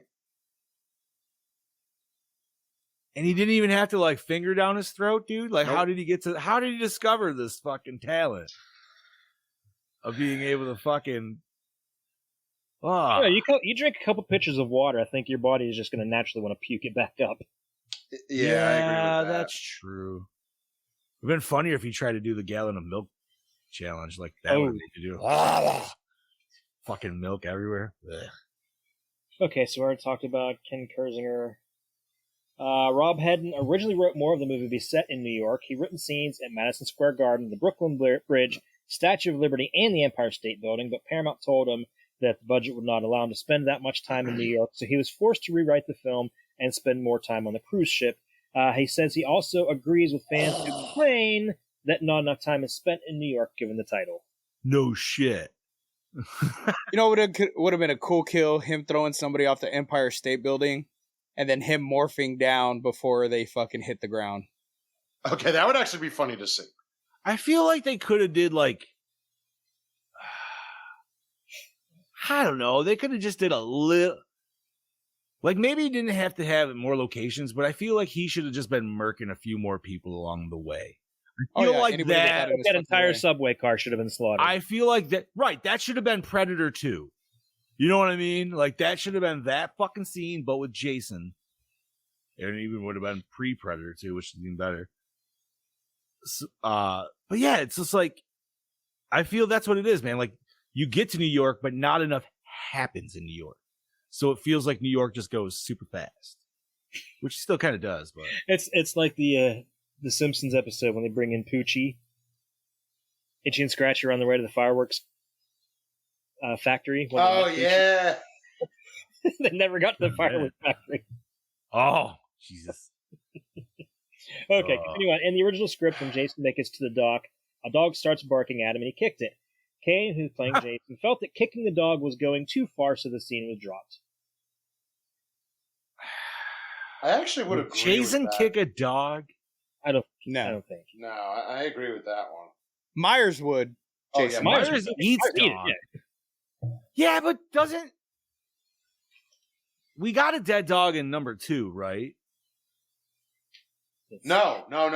That dog was not. It was No, it wasn't the dog that everybody thought was dead, but we still saw a dead dog. Oh yeah, no, you're right. We did. So, Yeah, I'm but we still- never seen Jason kill it. homie, dude, he Could've was been a Crazy fucking Rough. hermit in the woods. Could have been Crazy Rough for all we know. Yeah. There's another thing we need to talk about. Why do we have to have another fucking Crazy Ralph archetype in this, dude? This voyage is doomed. Okay, so Shut the fuck up. there is a fucking deleted scene which shows the original way the boxer was killed. Originally, he was stabbed in each eye with darts. The dart. Yeah. Okay. So the scene has like the Crazy Rough guy. He's just stumbling around, drunk off his ass. He's so drunk he falls down a flight of stairs, and as he's at the bottom, the boxer falls down the opposite side because it's like two sets of stairs coming to a landing. Boxer falls down the opposite side, and then he rolls over, and you see the darts, sticking out of his eyes. But just watching him drunk and stumbling around and falling down the stairs is so comical. That sounds like part 6 Crazy Ralph. Yeah, pretty Like, much. Oh, man. Yeah, I don't know. Good. I don't know. Anyways. Yeah, sorry, Chad Daddy. Go ahead. Okay, so in the scene where Jason reaches through the porthole and grabs Rennie, Jensen Daggett is reportedly really terrified. Her face was just inches from a very large and very sharp piece of glass that had become stuck in the window frame, and Kane Hodder was unknowingly pulling her towards it. I could see that. Yeah. Damn. That would have been bad. Oh, yeah. Let's see. Skip that. So Charlene Martin, the girl that played the blonde, initially expressed discomfort at being filmed nude for a shower scene. To put her at ease, the director borrowed a page from theater and film lore and stripped down fully nude and walked into the shower himself to illustrate how easy it was. Unfortunately, he didn't realize the camera was rolling the whole time. Yeah. When producers watched the dailies the next morning, they were very confused as to why the director was standing completely nude in a shower talking to one of his young actresses. Martin said the director's act helped her lose her inhibitions and film her shower and death scene fully nude, but the only ones who saw her naked were Kane Hodder and the crew. None of her private parts were shown on screen, just her back and her side. There's one shot of her character's butt, and that was a naked stunt performer, not the actress. So when you see her fully frontal... But Yep. But the director did not go stunt cock. No. He went No, he did full. not. No stunt He was cock. the stunt cock. That was He the went real. full I am Sancho. All right, so we need to make a show for this network just so we can review Orgasmo, just for the fucking Yes, sake. for the love of fucking Just for- Christ, let's Oh do my it. Well, let's just God, do it. yes. We do the Gore N More one-offs, dude, and fucking, it's not even. Yes, we have to. I don't know. If we're doing that, we should do basketball as well. I mean, that's fine, but I feel like Orgasmo came first. But up, Literally. You're gonna make me come, or I'm gonna kick your bed. You want me you on guys? top? That's what my wife used to always tell people she looked like online. Oh Because god. because man, like you have like Jen and I've been together for a long time, so like we used to both have like 360s and shit. And you remember how fucking like Modern Warfare 2 lobbies are and shit like that, right, bro? That's like the Those are fucking the good old days, yeah, bro. that's the wild fucking West, man. There was no fucking Kids- party chat, Kids bro. today Everyone was would gay. not. Everyone was They would not fucking last. These kids would get so hurt Oh in my those God, fucking bro. lobbies, bro. The fact that people just like report other people for just like gameplay now, it's like, bro, Yeah. we would have hurt your feelings, man. We hurt. You know how many we hurt times I fucked people's your mom? Parents feel it. Oh my god, this is gonna be a crazy sidebar. And I don't try to go too long. My buddy, that was the best. Is my buddy Brandon somehow got this kid's mom to actually come on, and then he just started giving it to Oh, dude. fucking her. And My then buddy her Mikey did the husband same got shit. on, and then Oh, he's like, what the fuck you gonna do? Fucking Mike Jockey. And oh, bro, we were just fucking dying in the fucking. But anyways, going back to that, yeah. So all these dudes, we used to be like, Jen would play, and Jen would all of a sudden be like, "Yo, there's somebody here on the left," and then there'd be like 4 dudes. Oh, there's a girl in the party. What Girl? Yeah, it really is like the seagulls in fucking Cars or whatever the fuck. Oh yeah. And One Nemo. One time I was playing the Friday the 13th game, and we're just in a lobby waiting, and there was me, a couple of guys, and there was this one girl there, and she was British. Nice. Oh, God. And so the guys are like, say something, say something. And she's like, what? I'm like, just, I don't know, just say just call out all the Harry Potter books. So she's sitting there saying, What? and I'm like, really? You could get her to say anything you want, and you ask her to say the titles of the Harry Potter books? They just need her to speak, so they're like, basically, yeah. weird. Yeah. Oh, So, God. anyways, Oh, she God. used to be like, they'd be like, "Yo, what do you look like?" They're like, "You want it?" They're like, "Have you ever seen her?" She literally be like, "Have you ever seen Orgasmo?" And they'd be like, "No." She's like, "Look up T-Rex from Orgasmo." She's like, "That's pretty much what I look like." Then you would hear like, "Ah!" And it's like, Great. That's great. "Ah, fucking A, bro." Back in the day. Anyways, sorry for that Continue on. sidebar. Of all the female leads, only Jensen Daggett was one of the few actors who was actually a teenager and was 19 years old at the time of shooting. Oh wow, Wow. nice. That's uncalled for the 80s. If you wanted to be 18, you clearly had to be 24. Mm-hmm. Yes. Fucking A. What else we got, homie? You're a little muffled there. Yeah, didn't hear you. The original posters for the film There you go. featured Jason ripping through an I Love New York poster. In the first poster, Jason is holding a bloody knife, which was cleaned in the second poster for fear the blood was too graphic. However, both posters were dropped following a complaint from the New York Tourism Committee. Oh my God. Fuck off. them. And yes, Gene, Cannibal the Musical is awesome. Have you boys ever seen that? Have not.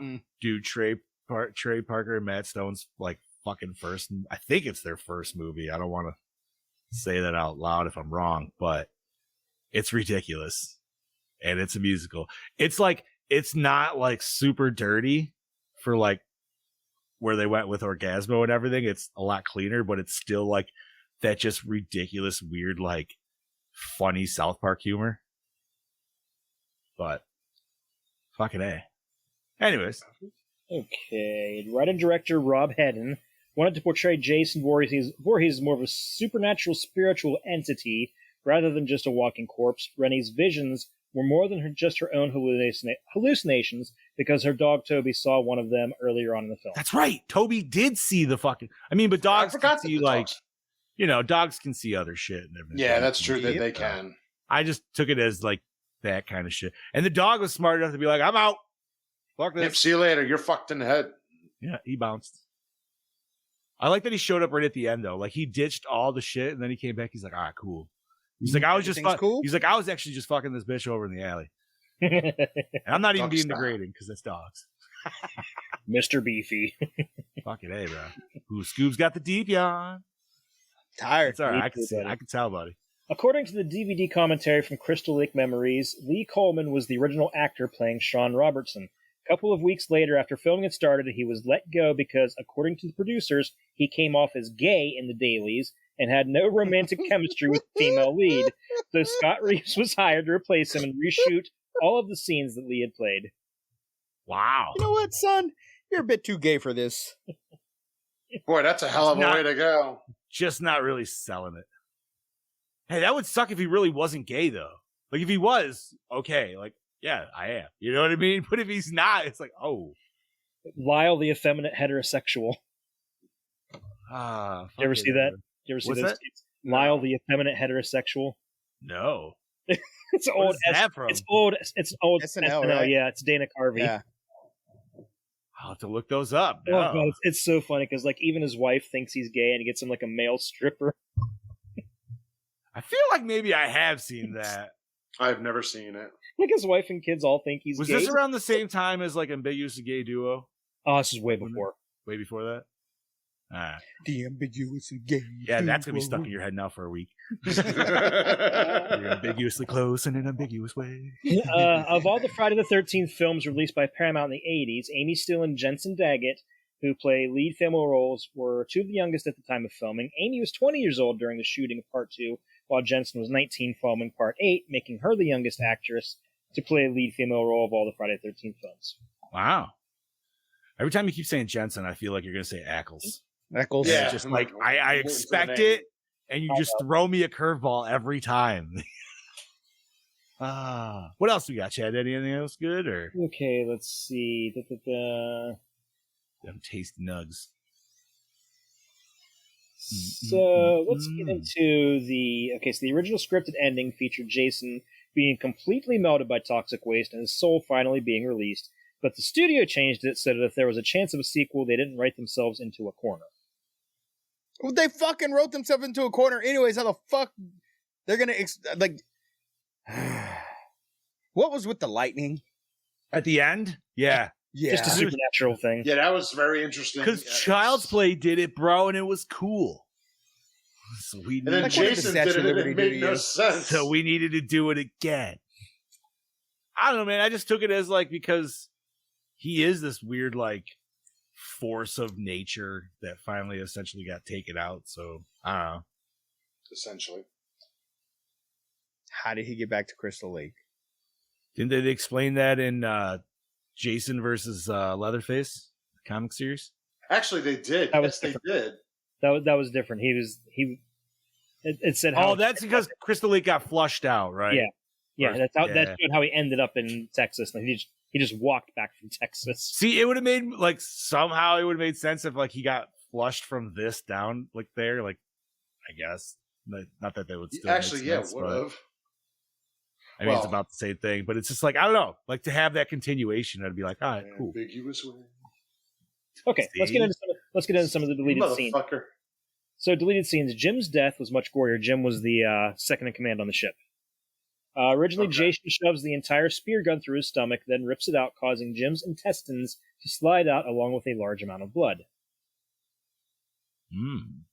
Susie, the first girl, her death was disturbingly gruesome. Jason shoves the spear through her stomach and twists it nonstop. There were close-up shots of Susie's mouth gurgling blood and blood rapidly oozing from the spear wound. JJ's death was an alternate shot. In the original shot, we actually see Jason smashing JJ's head with the guitar. What the fuck? Why do they always do this? Tamara's death in the original print was completely different. Originally, Jason repeatedly stabs her with a mirror shard and a shower while she's completely nude. Blood rapidly oozes from her stab wounds, and Jason keeps stabbing nonstop. Later on, when Eva finds Tamara's corpse, the original shot was one featuring Tamara's fully nude body with dozens of shards of glass protruding from it. Fuck yeah. You can see that. Bro. You can see that in the deleted scenes. It's literally the same shot we see, but it's the one that's in the movie is zoomed in. You can see it shows her back, and there's like half a dozen shards of glass sticking out of it. That sounds fucking gnarly as hell. What the shit? I already mentioned the boxer's original death. The scene where the captain gets his neck sliced by Jason's Bowie knife was shot 5 different ways. The director's desire was a shot of a huge gash wound spurting blood, but the MPAA made him choose the least gory shot, which is what appears in the final cut of the movie. Yeah, the problem I have with that shot is the blood doesn't immediately come out, and it's like, that would have been out. I need the cable thing from fucking Deadpool 2, man, so I can go back and retcon this shit. Wayne's death originally featured him being electrocuted for a few seconds longer. That was long enough.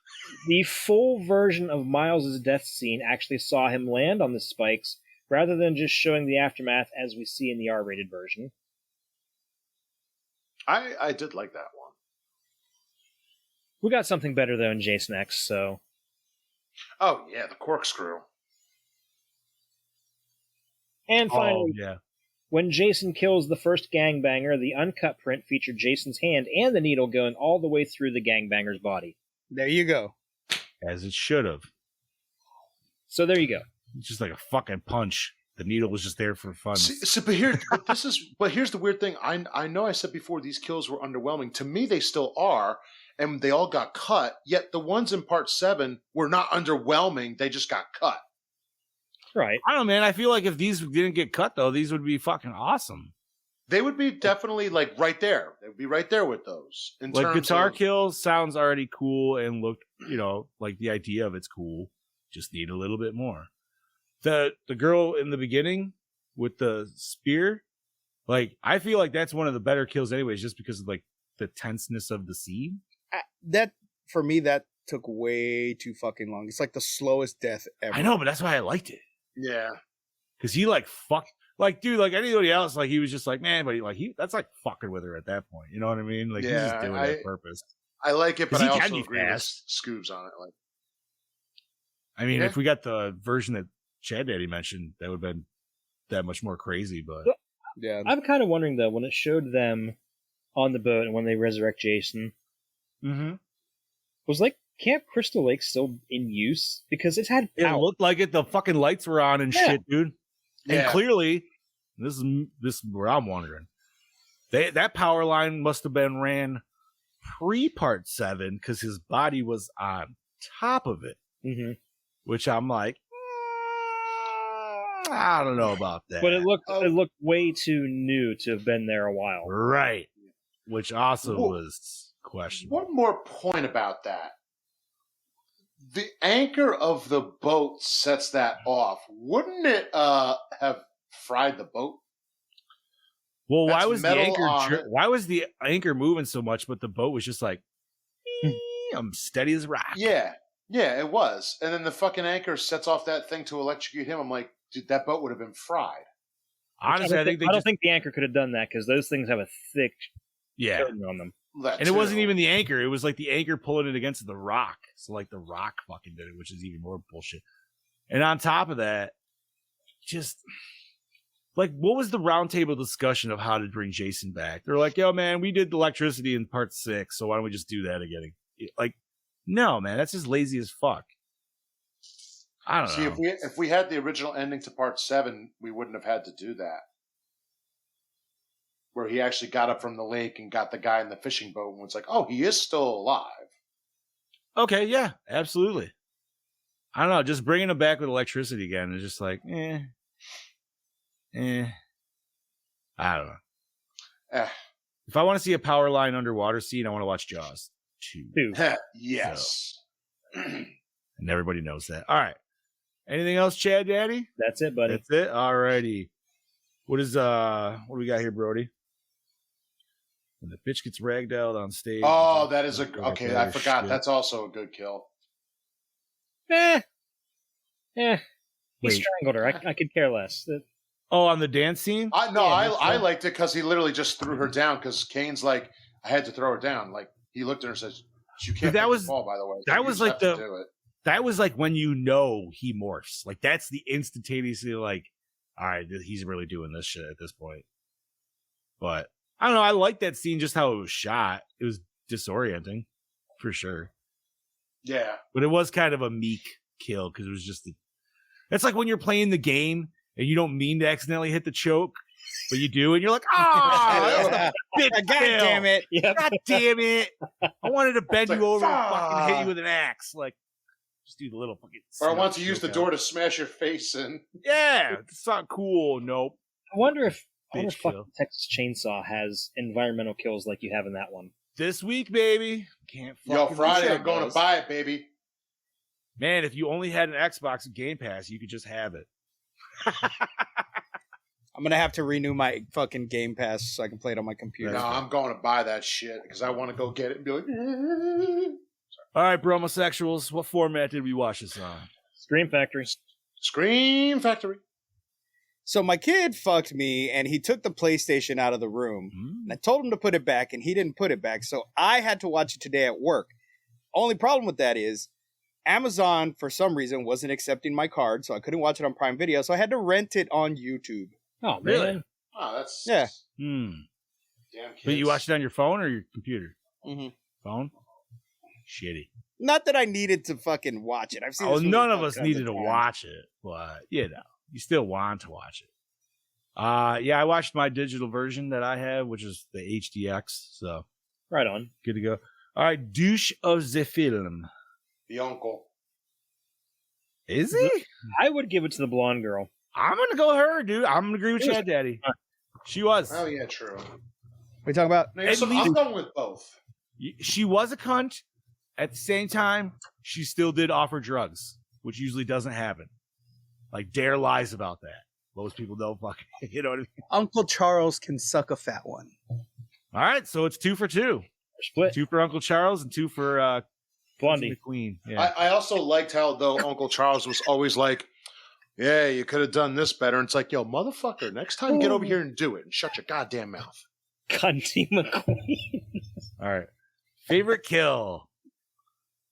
Oh, The head punch. head punch, Yeah. rooftop boxing. That is the most. The rooftop boxing massacre. That is the most memorable. You kind of have to get to that. I actually am agreeing with Gene on this one. I'm going to go with Sauna Rock, dude. That is my number 2. That I was was gonna always say, one yeah, that that's also stuck out number with 2. me.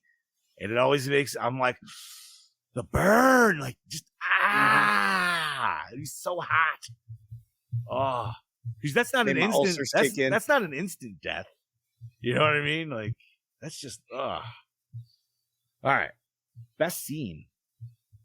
Disco Don't say scene when when he it kills the ended. girl because of how it's shot. Oh, I didn't even write anything down for best scene. Fuck. Best scene. It's funny because I don't even write down my answers. I just come up with them on the fly. I usually don't either, but I did today because I was writing other shit down too.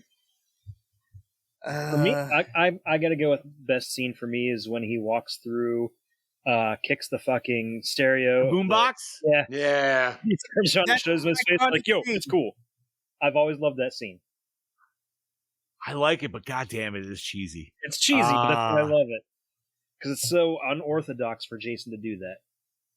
Yeah, honestly, I Even feel he like didn't I'm like the shitty music. Sorry. I feel like I'm gonna add to that, and I just like Jason finally walking through Manhattan. I was like, all right, we're finally fucking here. Let's do this shit.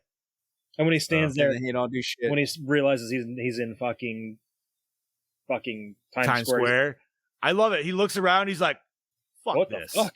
Yeah, just I'm gonna go with the scene where he fucking sees the giant hockey player on the billboard. that was my number 2 right there.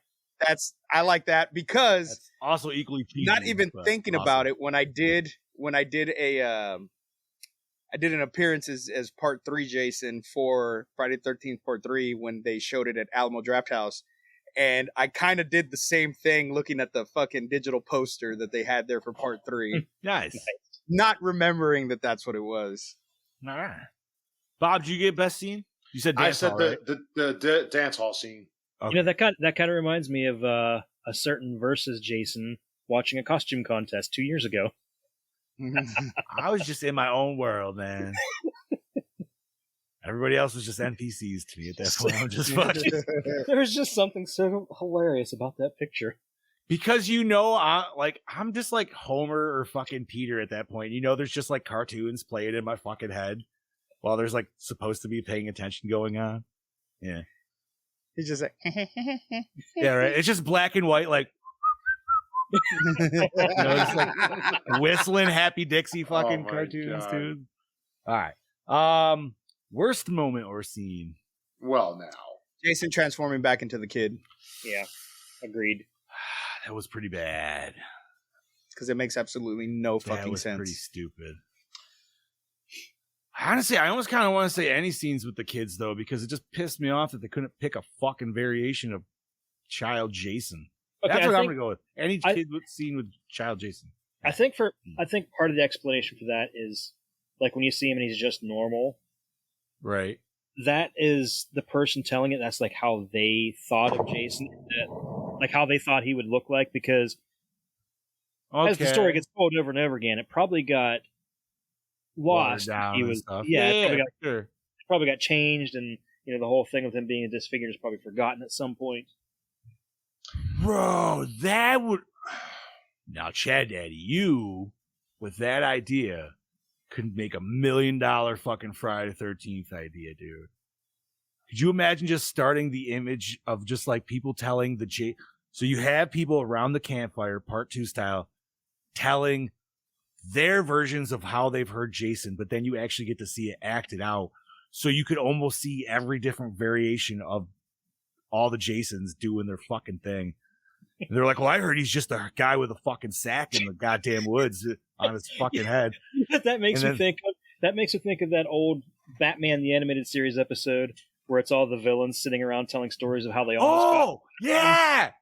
100%. There's a Rick and Morty episode like that too. 100%. That's exactly what I was thinking of when you But said it'd be that. cool though, because like you can be like, nah, man, I heard he was this human dude with a fucking hockey mask, but he's just huge and hulking. It's like, no, man. No, man, I heard he's he a was just some zombie guy. dude. Like, yeah. Nah, I heard he was just some guy who heard about Jason and dressed up as Right? Jason. I heard he's some actually fucking really good ambulance driver and like, Yeah. I heard that someone That'd ate be his kinda heart fucking and cool. became I don't Jason. know. I don't know. That would be I heard he got lost in space. right. Dude, I heard he faced some guy named Freddy with some finger shit. 13 kids. Wait, what's brother say? 13 kids telling 13 kids telling stories. 13 stories. Bro, I think that would be cool. You get behind that. Fuck, That man. would be fun. And Oh my then- god. The first person telling like- stories like, no.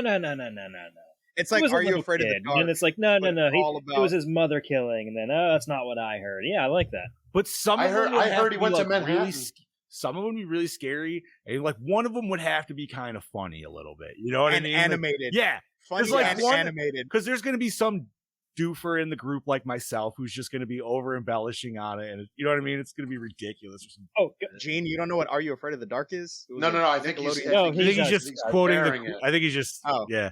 trust But me, yes. he is. But But absolutely yes. I just thought of something to tell you guys. I did forget to tell you. So while the wife and kids were away, like every night I would go to sleep and I would just turn on the fucking Godzilla channel on Pluto to fall asleep watching that. Awesome. So the one night I ended up staying up really late and not getting much sleep because fucking Godzilla Final Wars was on, and it was just getting to the good parts where he's fighting like each individual monster. I'm like, That's shit. where you're trying to sleep, but then you just keep one eye open. You're like, Yeah. Like I had to turn it off because I was getting too interested. 5 minutes later, you somehow found a bag of chips. You're just like, fucking A, bro. All right. So did the opening scene hook us in? They just gave us a montage of New York. So It showed us all the places people were going to die. No, not really. It didn't hook me in. I'm gonna say yes for me, but I also think it was partially due to the song too. So because like I was, It is a good song. yeah, man, like it just hooks me right in. I'm like, all right, I'm like getting into this. But the song isn't as catchy without the opening narration too. No, you definitely need that. And that's what I'm saying. Like I feel like the opening works for me, so I'm gonna say Because yes. I have the soundtrack. Yeah. This And would be a it- good it- soundtrack. It has sure. the song. It has the song, but it doesn't have the voiceover. Okay. Were they trying to go with the part 7 kind of like intro vibe? Because I feel like he was kind of doing that same voice almost. Just that, Yes like, and no, but it was really just a No. radio DJ talking. It was literally a radio DJ talking about New York City, though. yeah, it's true. It just happened. Yeah. Wolfman Jack. No. All right. So what do we got? Most attractive character. Rennie. I'm gonna go with her. I've always thought she was really. I loved cute. her hair. Her poofy hair. I loved her eyes. Yeah. What was the She had little- like these sad eyes, but they're like this really nice green too. And you couldn't tell under that vest, but there were some nice boobies under there. what was the girl that died in the dance hall? The Asian Yeah. Kelly Hu. Yeah. Yeah, I'm Kelly. gonna go with her. She's hot. She's hotter now. Lady Deathstrike. Fine, But she was hot in fucking Scorpion King. Wait a minute. Like, so, Whoa. I'm going with Whoa. her too. Yeah. well, I She's just thought, fucking voicing characters in MK1. Oh, nice. I forget because yeah. I think she's Lee May. really? Don't quote me on it, but I feel I'm gonna look quoting you. that shit up. Quoting you on it. I'm gonna look it up now. Anyways, all right. So everybody got I think- most attractive character? I think, Yes. if I'm not mistaken, I think she's doing a character in the Johnny Cage animated movie too. Maybe that's what I'm thinking of. That could be. Maybe, Because when I pulled up her bio, the preview for that was on there. bro. I fucking need that to drop. I wonder if it already has. I don't think. I need it so bad. I'm gonna buy that and Snowblind at the same time, just because I've never bought Snowblind, so I can have a full fucking like 2 hours of those shits. Snowblind is a very different movie than what I was expecting. Bro, I'm assuming this Johnny Cage is gonna be way off the fucking That is going to be. It's just going to be 90s cheese all throughout it. yeah with Gilbert Gottfried. Fucking rest in his soul. Fucking A, bro. All right. Did the score set the mood? It's not Manfredini, so it's not as good. Yeah, it's not. Yeah, it's not really. Like at least in part 7, we still got some of the original Friday Yeah, score. dude. But the score in part 7 is like I love the score in part 7. Yeah, it's so do so I. much more like Can't meaner. be. It's better than this one. This one didn't feel very Friday the 13th-ish. Soundtrack though, I enjoyed for The sure. songs, yeah. Yeah, soundtrack was good. But score, man. Okay, so best song. The Darker Side of Whatever the Night. the openings. Yeah, Opening? Darker Side of the Night. I don't know.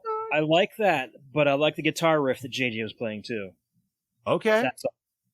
the song that she was riffing to, And that's also Yeah. on the soundtrack, by the way. nice. Okay, favorite character. Jason. Yeah, I can't. Nobody else appeals to me other than Jason. So yeah, Jason. I'm gonna give it to the fucking diner waitress. That is a New York. typical New Yorker right there. Yeah, I just You love don't it. understand? There's a maniac trying to kill us. Welcome to New York. Welcome to New York. That always got me. That was in the previews and everything. I'm gonna give it to her. She was the only really likable one, I guess. She was like one of the only townies that we actually got. Usually we get a few of them. You know what I mean? That's also the director's sister, by the way. Oh, I was disappointed we didn't get a, hey, I'm walking here. That would have been nice. Favorite characters. I'm gonna go with the cheesy gang members in Times Square. All right. Look, dead meat slime bag. Just because I feel like it's such a memorable part of the movie, dude. Just even as cheesy Yeah. as it is. Oh Gene my says God, George. Mr. Gallo, what is going on? Oh man? my God, Hey, Joe. who's here? Hi, Joe. A little late to the party. I was almost gonna say Ken Kurtzinger, but like, when he took that mirror, just fucking. All right. Was it scary? Not No. really. No. Does it hold up today? I guess. It's questionable. You know what? Like, this is not one where I'm like, man, I am really hankering to watch part 8. But if I've been watching them as I'm we gonna have watch it to been, it's continue on. gonna be in the series. Like, it has to be. You know what I mean? Or if you're like in the mood and you're like, I really want to watch a Jason movie, but I've watched the others a lot lately. Yeah, okay. Yeah, it's true. I don't know, man, because then that's where I'll start jumping around. I'm like, I'll do like 2, and then maybe like the remake, and then I'll go to like 4. You know what I mean? Like, I don't know. Throw in X. I right am in between. I'm still seriously considering skipping versus and throwing the remake on at the end of the year. I understand why you'd want to do versus though, because like you said, you gotta get the Freddy ones out first before you do the crossover. Yeah, I said we do all the Freddys. That would make sense. Like, Man, I'm not saying can I do that. wouldn't want to do it, but I do understand the reason of obviously. Yeah, I Holding it agree off. with that too. I'll email or I'll message fucking Monica on Instagram and see if she'll jump on with us. Yeah. All right. Dude. Oh, I already have. See if she'll join us or just message her. I just want you to hop on. I sent her the pictures of me and Chad. Did you really? I did. That's great. Awesome. Did she Like, even are you see still- anything? She hearted my message. That's Awesome. Oh. That's- All right, boys. How was the acting in this film? It was all right. It wasn't bad. See. The girl that died at the beginning was She was- shitty. It Yeah. did what it needed to do. Yeah, but she was cute. She was cute. She was was. cute. She was. The only reason I didn't pick her as hottest girl is because she reminds me of my first ex-wife's sister. And No. Oh. Well, if she looks like that, I would say I'm not seeing the problem, but The way that Steve just goes, no. She must be a cunty McQueen. either that or she tried to come on to Steve and he's like, no, miss. I can neither confirm nor deny. I knew those exactly where that accusations. was going, dude. Uh-huh. All right. Anyways, do you boys like the cinematography? It was actually pretty decent. Yeah, We did get some really good shots. The Also the headshot most was pretty cool. dope that Brody brought up when he got punched off. So that was pretty sweet. And The thank you shot- to whoever, I think it was Rich that mentioned, because I was thinking Killer Clowns as well. Yeah, The shot, I always. the shot where Yes. Jason sees the goalie and he turns around, that was framed particularly nice. Oh, okay. Yeah. Mask on mask in the Yes. scene for sure. The disco scene where he kills Kelly Hugh, I That like looked how cool. that was just played out. That was nice. Even the coloring in when he first gets on with the first 2 kills, and you're just getting that coloring off the lake, dude. Like, I think he looked badass. Brody's comment. All right, let me throw this Brody. up here because I'm just going to read it out to everybody so they can all see here. Plot twist: the lead in this film became a junkie from a heroin dose, Had a daughter and ended up being my Jesus session. Oh, God damn it. All right. Read ahead. You know he always read what's on the prompter. You can't fuck yourself, San Diego. All right. Did we like the premise? You know what? Yeah, we did. Dude. The premise was cool. The idea. The execution sucked dick. 100%. And not in the good way. 100%, dude. Fuck you, Paramount. Sucked your rate out of a host? Rate out of a host. Was the climax satisfying? No. It was stupid. No. Toxic waste? Yeah. Toxic Melts waste and then Jason. melts into little kid Jason somehow. Okay, cool. That's how you get all your years back, ladies. Yeah, toxic waste. Take a dive. Fucking A, man. All right, boys. We are on the R's. Recycle, rewind, remake, or reboot. I'm still going to rewind it. I'm going to rewind it. But, man, if there was some way you could actually give me the kills that Chad Daddy explained and actually so we could see them in completion. So, recut. Yeah. Recut would be fine. Ooh. I mean, the deleted scenes that are on the Blu-ray they're not horrible quality. It's not like I know, Part 7. No, they're not. In there. No. I want them in. Just give me it all. He wants it in there. That's right. I guess I'll rewind. Not just the tip. You know you're going to rewind it because if you start fucking watching the goddamn whole thing, you're going to end up watching it regardless. I know. God damn it. I know. Like, I'm going to do the same. You know if you're starting it from the first one and you're going through marathoning, you're not skipping any of them. Well, yeah, you're not going to skip it. But... No. It's fair. It's fair. You know, this may be one of the least favorite out of the entire series. I can understand that. You're wearing the hat. I don't like. Yeah, but the hat's dope. Part one. I know. Yeah. Of course, it's a fucking Jason hat. I love the premise. It's just not the execution was just not. It's there for me. There's no Manhattan. But it's also like I don't really like part one. Part two's kind of for me also. I'm sorry. I'm just saying I don't like part two that much. Fuck off. Part 2 is the best. Part 2 is a better number one. It's one of the best. It's one of the best. Part 2 is a better number one in my opinion. I just don't like redneck Jason. Oh, see, I do. Then you don't like the remake. Yeah, but he wasn't really redneck. That dude wasn't really redneck. That was Trapper. That was like John. That was like Jason meets 2, Rambo. Jason in fucking part 2's like he belongs to the Hills Have Eyes family. Or Wrong Turn family. Yeah, I can see the Wrong Turn. Yeah, okay, the Wrong Turn actually makes a lot more sense with that look. All right, boys, let's fucking rate this bitch. We're getting close to 2, so. Brody started the bar high with a 4-point deuce. Bob, what you got? Be honest with yourself, Bob. Be honest. Yeah, I will be. 2.5. Oh, wow, you're way higher than I expected you to go. I figured you were giving it a 1.5, honestly.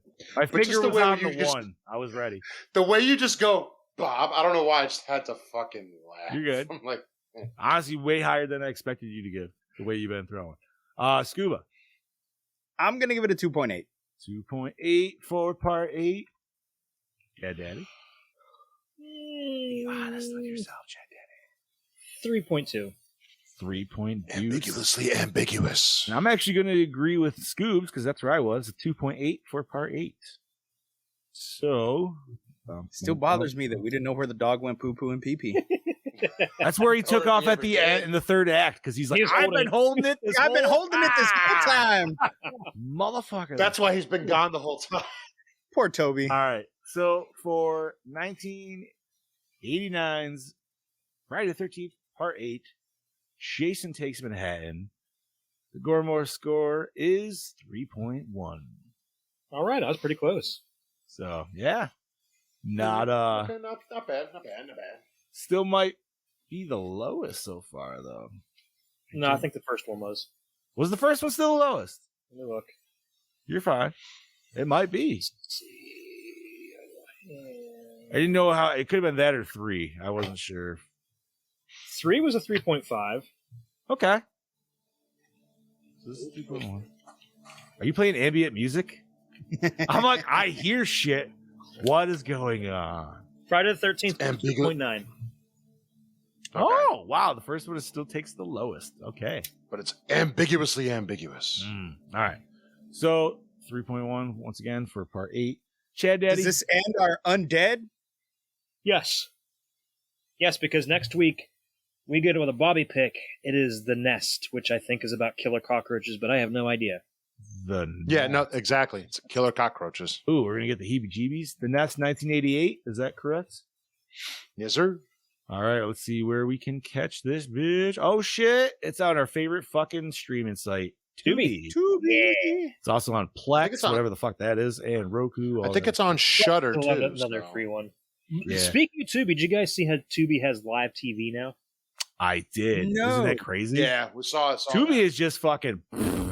How are they going to keep doing this for free? I don't give a shit. I'm fine with it. Rich, fuck yeah, bud. Thanks for joining us, homie. Absolutely. Brody, you are not wrong. Oh. All right, so The Nest, I have never seen that. So I have never seen it, and unfortunately, I won't be here to review it. We are meeting Harper's kindergarten teacher that night. Oh, nice. Alrighty. All right. Sweet. Well, we'll have to maybe we can get Brody out and see what Brody's doing. And I'll Average film, but try has practical effects. Try to send you a score and everything. So yeah, absolutely, that'd be awesome, dude. All right, so check out The Nest on Tubi. Join us next week. I don't know about you boys. I got nothing nerdy. The only thing I have is that there is a Ninja Turtles game coming in called the Last Ronin one? Last Ronin. Yes. Yeah, I saw that. That is going to be an awesome game. The story hopefully is from the comic. You know, I hope they just rip it straight out. That's going to be fucking epic. It's supposed to be a mature rated game too, isn't it? It's going to be sad. It's going to be sad watching Mikey go through all that shit. Fucking right, bro. On the good news also, for all you horror fans, we've already mentioned it, but stay tuned at the end of this week, man. Get on your consoles, your systems, or your PCs. Get a little Texas action, little Texas Chainsaw Massacre will be dropping out. 3v4, I believe. 4 survivors, 3 killers. Yes. We got some new family members that we've never seen before that they've just introduced for this game. Yeah, I might wait a couple weeks to get it. Let me get a little bit of money saved up. I'm going Friday. I know there's a new sister and a new brother, but I'm excited. I think it's gonna be fun. I honestly I'm interested to see how Chop Top fights in it. There's Leatherface, you know how he's gonna fight. You know what I mean? He's gonna be the brawler. He's gonna run at you with a fucking hanger. Right? Dude, that's what I'm saying. I want to get the fucking hanger and attack motherfuckers. Get your little switchblade as the fucking hitchhiker. But alrighty, boys. Well, I think that's it. Bob, you want to start us off? I don't have too much, but yeah, so since there's not, this is your Killing Machine, Bobby Amone, saying we'll see you next week for The Nest. Yeah. As always, I'm your host with the Ghost Prince of the Paranormal, the Duke of the Dead, the Ghost Daddy himself, Lord Scuba Cobra, saying, see you next week, baby. This is your Dark Lord of Knowledge, your Chad Daddy, way down yonder on the Chattahoochee, saying, I'll see you motherfuckers in 2 weeks, bitches. Yeah. And I am your not so mean Fluff Master Supreme, Big Johnny D, saying thank you once again, Gorehounds, for joining us for this episode. We love having you guys always in the comments. Sharing. Share again if you can. Please. Audio will be out in a couple days. And watch The Nest. Join us next week. And remember to stay fresh, cheese bags. Jason's penis. Jason Dick. Waterlogged.